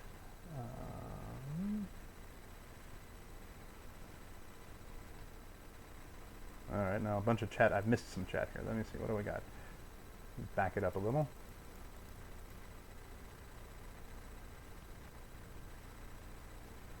Okay, Neon Tetra Aqua said, I tried to order live fish from Petco, and they said they would not sell them. Okay, yeah, that's different. I'm talking about mostly supplies here. I don't think you can order, fish and have them bring them out to your car. I don't think that'll happen, although my local fish store does that. But I don't know if Petco would do that. But for supplies and everything, that's a great deal. Get 10% off on that? Not bad. So, especially if it's stuff that you already need, that's great. Okay, so...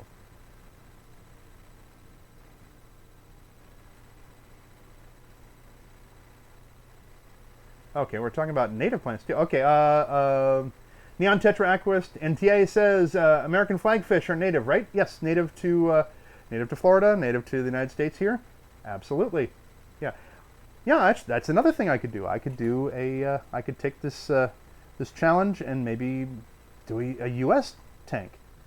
Let's see. I have to give it a code name. All my tanks have a code name, so I could call it the American Frontier. Ooh, how about that? So let's see what else.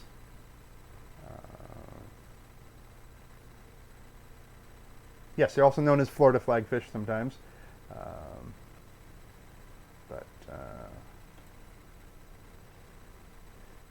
Oh yes, yes. The time zone for the cutoff on this thing is Pacific time. So if you want to enter the contest, you got to get your email to me by 11:59 p.m. Pacific time on Sunday, May 10th. Okay, that's all. Gio, are you just joining us, Gio? Hi, Gio. How are you? So, what did you miss? Okay, let's start over again. Hey, everybody. I'm C. Andrew Nelson, founder of... No, I'm not going to do that. We talked about a lot of the different projects that I'm working on. I talked about some of the backyard vegetable growing that I'm doing. Talking about some of the updates on some of the tanks that I just rescaped my daughter's tank. Getting some new cories for her tanks, some Corydoras, some green cories that are somebody in the local the San Francisco Bay Area Aquatic Plant Society, another member of that group, is giving me 5 cories for free. They put in my daughter's tank, little fry cories. And talked about the Thailand project, talked about the 20-gallon tank that I'm doing, showed a piece of driftwood that's going to go into it. Woo! Talked about the contest, the giveaway, which is if you send me an email that you have to get to me by midnight, well, let's say 11:59 p.m. Pacific time on Sunday, May 10th, to send me an email with your screen name so I know who's who, and you will be in the running for, let me show it again,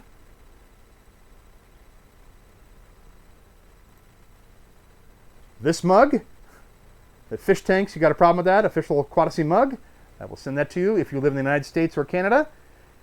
Also, you could be getting a DVD from Theme Parkology. This is one that I worked on. I was the editor and did all the animated titles for this. They do wonderful documentaries. My friend Jerry Cornell produces these documentaries on theme park attractions and different theme parks.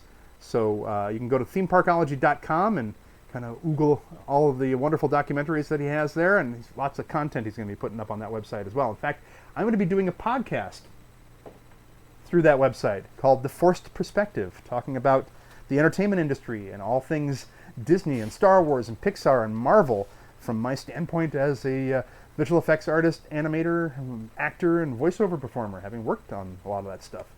So, and again, to enter the contest, if you're not in the United States or Canada, you can still win a signed photo of me as Darth Vader, because I spent 12 years playing Darth Vader for Lucasfilm and the Lucas companies, on film, for television, for commercials, print ads, magazine covers, toy packaging, everything, you name it. So there. It's just something fun, something cheesy, something to lighten your day here as we're all stuck inside. So, and again, just have to get that email sent to me at that email address right there, info@aquatasy.com. So there, I think I got you caught up. That, and also remember, there's a 10% discount if you order stuff online at Petco. They are not sponsoring this video. They can if they'd like, but you know, it's a great deal if you get it, or if you order your stuff online, pick it up in person. They will bring it out to you to your car. You don't even have to go into the store. No spreading of evil germs, and you get to get 10% off for social distancing. How about that? So there you go. All right, there, you're all caught up. Okay, Lucas says I just revised the email I sent you. That's fine. You know, don't worry about it. You're fine. Mark wants to know, can I recommend a source for U.S. rainbow shiners or darters? I'm not sure. Let's see. Maybe Dan of Dan's Fish Tanks might have them. Actually, if you go to the Get Gills, or Got Gills, excuse me, I think Got Gills website, you might find some for sale there. Maybe check with Steenfot Aquatics, Bob Steenfot. Shout out to Bob. He might have some for sale. I'm not sure. But there are people who do sell rainbow shiners out there. I'll tell you what, I will look it up and see if I can get that information for you.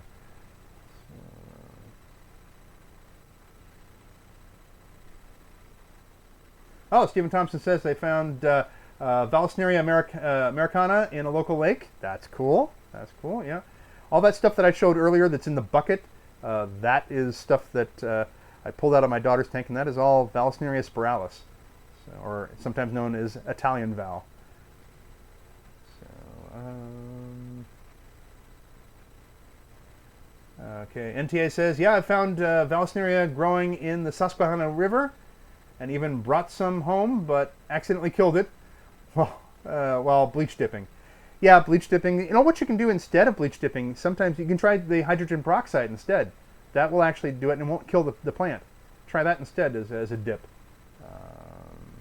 And Lucas Studio says, oh yeah, do you know of a source of where I can get Vallisneria? I live in Riverside, California. Yeah, I mean, if you're trying to find some locally, I don't know, but online, definitely there's places you can go. A place that I recommend, a website that I recommend highly, is plantedaquariumcentral.com. Plantedaquariumcentral.com. I get most of my plants from them.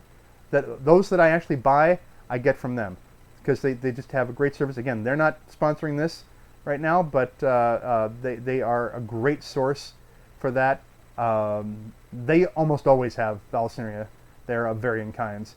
So check them out. Planted Aquariums, that's plural, plantedaquariumcentral.com. Let's see.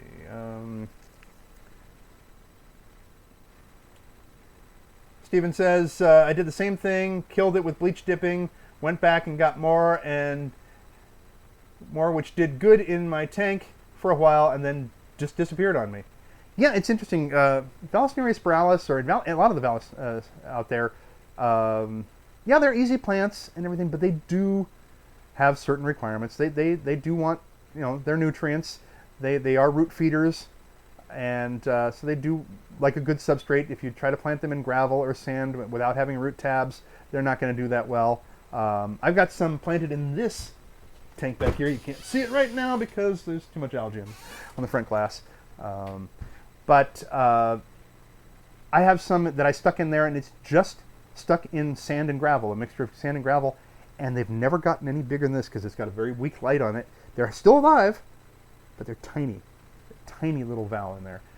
So lighting is a big factor in it. My daughter has huge bright lighting on her tank, and that's why the val just took over. And I had, as the substrate in that tank, have Seachem fluorite black sand in there, and it works phenomenally to grow. It just, everything just took off. The val just took it carpeted the whole tank. It was an absolute jungle in there. So let me get caught up in the chat real quick.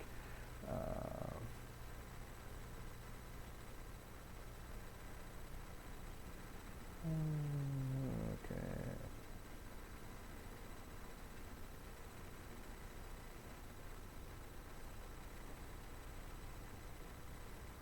Aquarius Fontaine asks, could I put guppies with a crayfish and the tank would not be a bloodbath?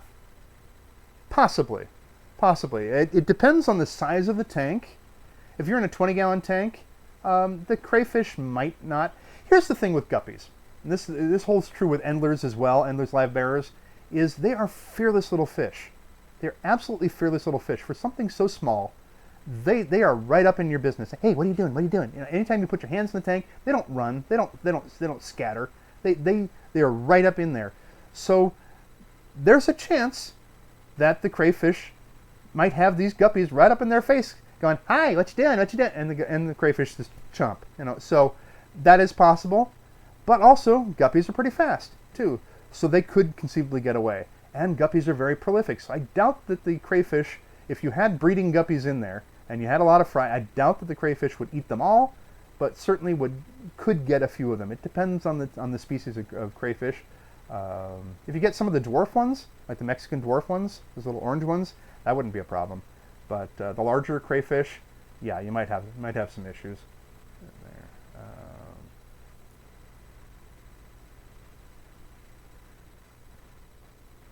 Let's see, what else we got here?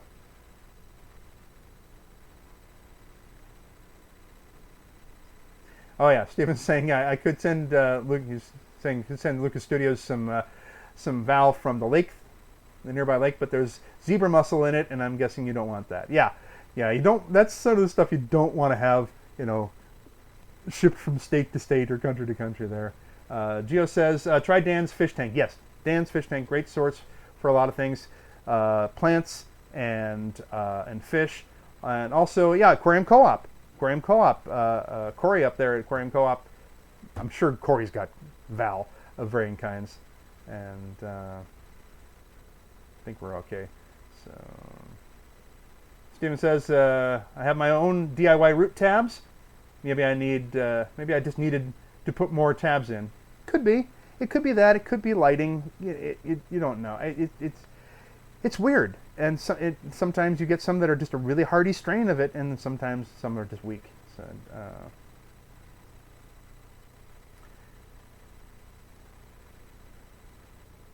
oh, what link were you trying to put in there, NTA? And link to who? And I'll see if maybe I can get it up on the screen for you.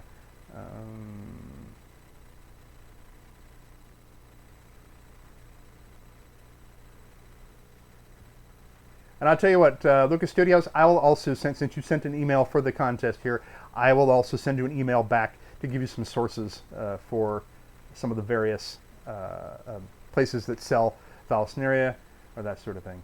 Who knows, maybe I'll even be able to part with some for you. Certainly got a bucket of it for here. Let's see. Okay. How are we doing? I think we're coming up on 2 hours. Have we been going 2 hours already? Have we really been going 2 hours? This is just blown by very fast. I only finished one glass of water. I have 2 of them sitting here.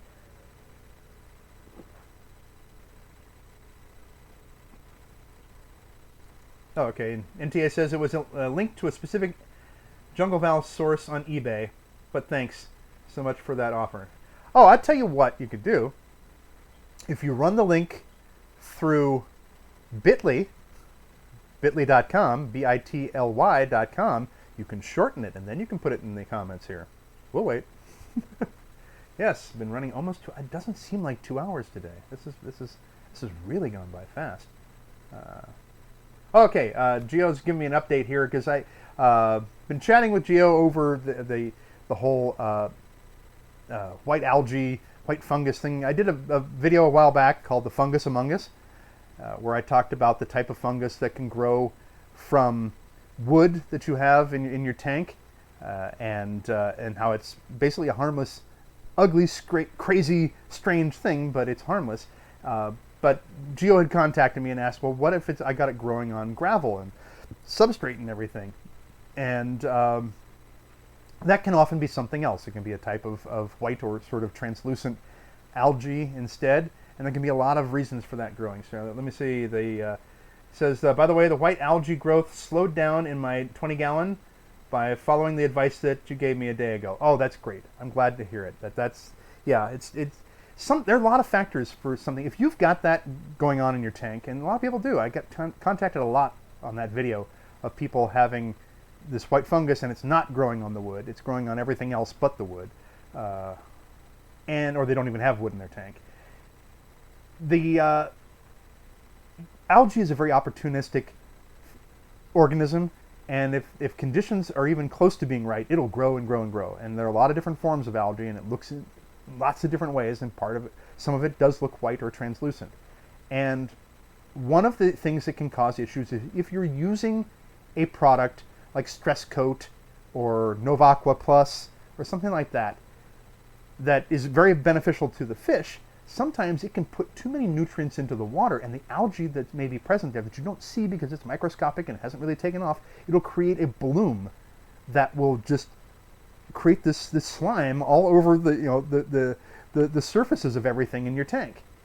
So it doesn't create the slime coat, the stress coat doesn't create a slime coat on your fish necessarily. It ends up creating one in the form of algae all over everything else. So I had given advice to discontinue anything like that. I think were you using the Fritz Aquatics products, which are great products, but can under certain circumstances maybe cause this sort of thing. Discontinue the use of that for a while. Step up the water changes so that you're doing more frequent water changes, not larger water changes, So don't do like a 90% water change or something like that to get rid of it. Just instead, if you're doing once a week water changes, 25 or 30%, do once a day for a while, or once every 2 days, to try to flush out the extra nutrients in the water. Adjust the amount of lighting that's on the tank. So if you're getting like 9 hours of light, whether it's natural light, from coming in through a window, or it's in combination with artificial light, LED or fluorescent or metal halide or whatever you got there, reduce that so that it's gone down from, say, if you're running your lights 9 hours a day, run them 7 hours a day, and see if that makes a difference too. Or a combination of all these things to help reduce whatever slime is going on in your tank there, which is more than likely algae. If it's not harming your fish, if your fish aren't dropping off dead or anything like that, then it's probably a form of algae that's going on there. So, all right. Let me see here. Okay, Lucas Studio says, heads up, I don't need it quite yet. Okay, no problem. We'll see. Oh, NTA says, I just composted a bucket of Thalassoneria and I have plenty X-ray. Yeah, that's the thing you can do with it. If you get extra plants growing in your tank, you can compost them, put them in your yard. What is it? Rachel O'Leary feeds them to her chickens that she's got. So it's, it doesn't have to go to waste. You can trade them, give them away, whatever it is.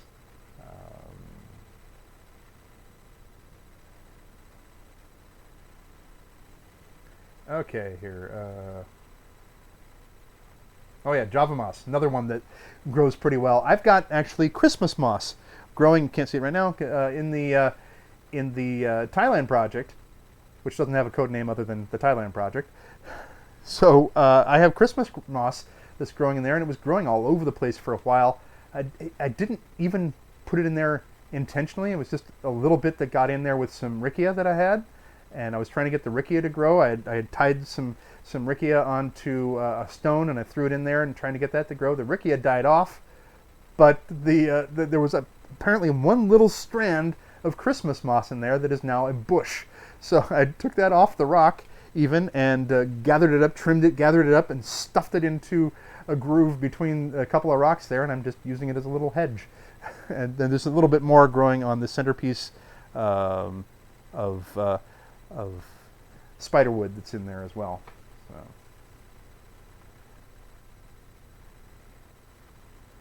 Okay, Gio says I did a 50% water change for 2 days and changed the lighting time from 12 hours to 6. Yeah, 12 hours, that's a lot. I mean, 6 is pretty drastic. You could probably have it somewhere, 7 or 8, but 12, that's a lot. I had, for a while, these tanks that are out here they're all on a timer, and the timer broke. So I just removed the timer from the electrical circuit there, and everything was on. And I was manually turning them all on and off, and I got very busy and wasn't out here to turn them on and off. And so they were on for 24 hours for a while. And yeah, I had algae, lots of algae. And I currently don't have any. I have very few Malaysian trumpet snails in the Thailand project because I sold a bunch of them on eBay. I've migrated a few back up into there from the quarantine tank, the Ellis Island project underneath, and put those up there. But there's not enough yet to take care of the algae, and they're not great at taking care of algae, not like ram's horn snails or nerites. And I don't have any nerites. The last nerite I had in the Thailand project died off, so God rest his soul. But I need to get some more zebra nerites in there because they keep it. I have one nerite. I have a tiger nerite in the quarantine tank, the holding tank there, and it keeps it absolutely spotless. That one keeps that whole 10-gallon tank spotless. Wonderful, wonderful thing there. So, all right, here. Oh, Joe left. See you later, Joe. Thanks a lot. Thank you for dropping by. Really appreciate it. Yeah.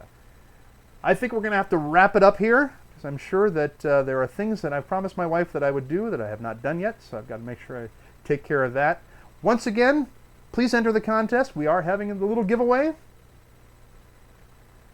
And you can enter the contest, and you can get this mug right here that says Fish Tanks. You got a problem with that? for all those people that wonder, what is it with you and fish? What is it with you and your fish tanks? You know, you can just walk around with that and you don't have to answer the question. You just sip in that mug and just going, yeah. So you could win that if you're here in the United States or in Canada, or you could also win the DVD of your choice from themeparkology.com. You can go to themeparkology.com and check it out. Look at all the different wonderful documentaries they have on the Disney theme parks, a lot of different Universal, all these different theme parks and different rides and profiles with different artists that have worked on these attractions. This is the one for Pirates of the Caribbean that I worked on. I didn't work on the ride. I worked on the documentary here. Was the editor and the animator of the titles for this. So that, or if you don't live in those anywhere in the United States or Canada, you live overseas or something, you can get a signed photo of me as Darth Vader. Just because it's something fun to do. I'm just trying to have fun here. Just trying to, you know, as we're all sheltering in place and doing this crazy stuff. It's crazy times, and you got to have a sense of humor and everything. So yeah, so to end, whoops, sorry, back up, not yet. We're not ending yet. So if you want to enter the contest, just send an email to info@aquatasy.com. Get it to me by Sunday night, May 10th. I had to think for a moment. Sunday night, May 10th. It's been a long week so far. Sunday night, May 10th, before midnight. And just give me your screen name here on YouTube so I know who's who. And you can enter the contest and you will win one of these prizes here. Okay, I will be picking at least 2 winners for this. So, again, thank you so much. Thank you for being around here. Oh, wait a minute. Joe's asking something here. Oh, wait a minute. Lucas says Andrew Nelson's Instagram is his channel name, pretty much. Yes, Aquatasy. If you go to, wait a minute, let's put it back up here. There it is, Instagram. So it's Aquatasy, Instagram. That's or you can see C. Andrew Nelson on Instagram too if you want to see what I do when I'm not doing fish tank stuff. You can go there. So that's that. So that's my Instagram. Last little things here. Joe says, do you have an autographed photo of you as Rocker from Howard the Duck? No, I don't. I don't know if there's a photo of me dressed as the Rocker before I even got to set. I think I was dressed up, but yeah, I don't even know where that would be right now. That's buried in a box somewhere. That was, you know, pre-digital days. That was the 80s. That was so. No, I don't think I have that. But that was the first film that I acted in. Yes, Howard the Duck. I was a rocker in the concert scenes there. So, Gio, thank you for following me on Instagram. Thank you so much. All right. All right. Well, thank you all so much for joining me today here. I really do appreciate it. And, you know, I hope you'll come back. We have, like I said, these projects I've been talking about that I'm going to be working on. I have other videos coming up. I've got another Aquatasy countdown video that is in the works right now. Check all that out. And, you know, if you feel up to it, you know, you can support this channel by going to the Aquatasy Teespring store. Again, you know, if you're hurting for money, don't do that. Don't do that. Just the fact that you watch the videos and you leave comments, that's great. But that's one way to help make sure that I'm able to make lots and lots more content here is to you know, get the merch, go to Patreon, sign up there, and click on the ads that play during these videos too. Anything like that helps. And a portion of it goes to help the Starlight Children's Foundation as well. So thank you so much for watching. I really do appreciate it. And now I can run the ending here. And until next time. Oops, sorry, I just pounded you all in the head. Blessings to you.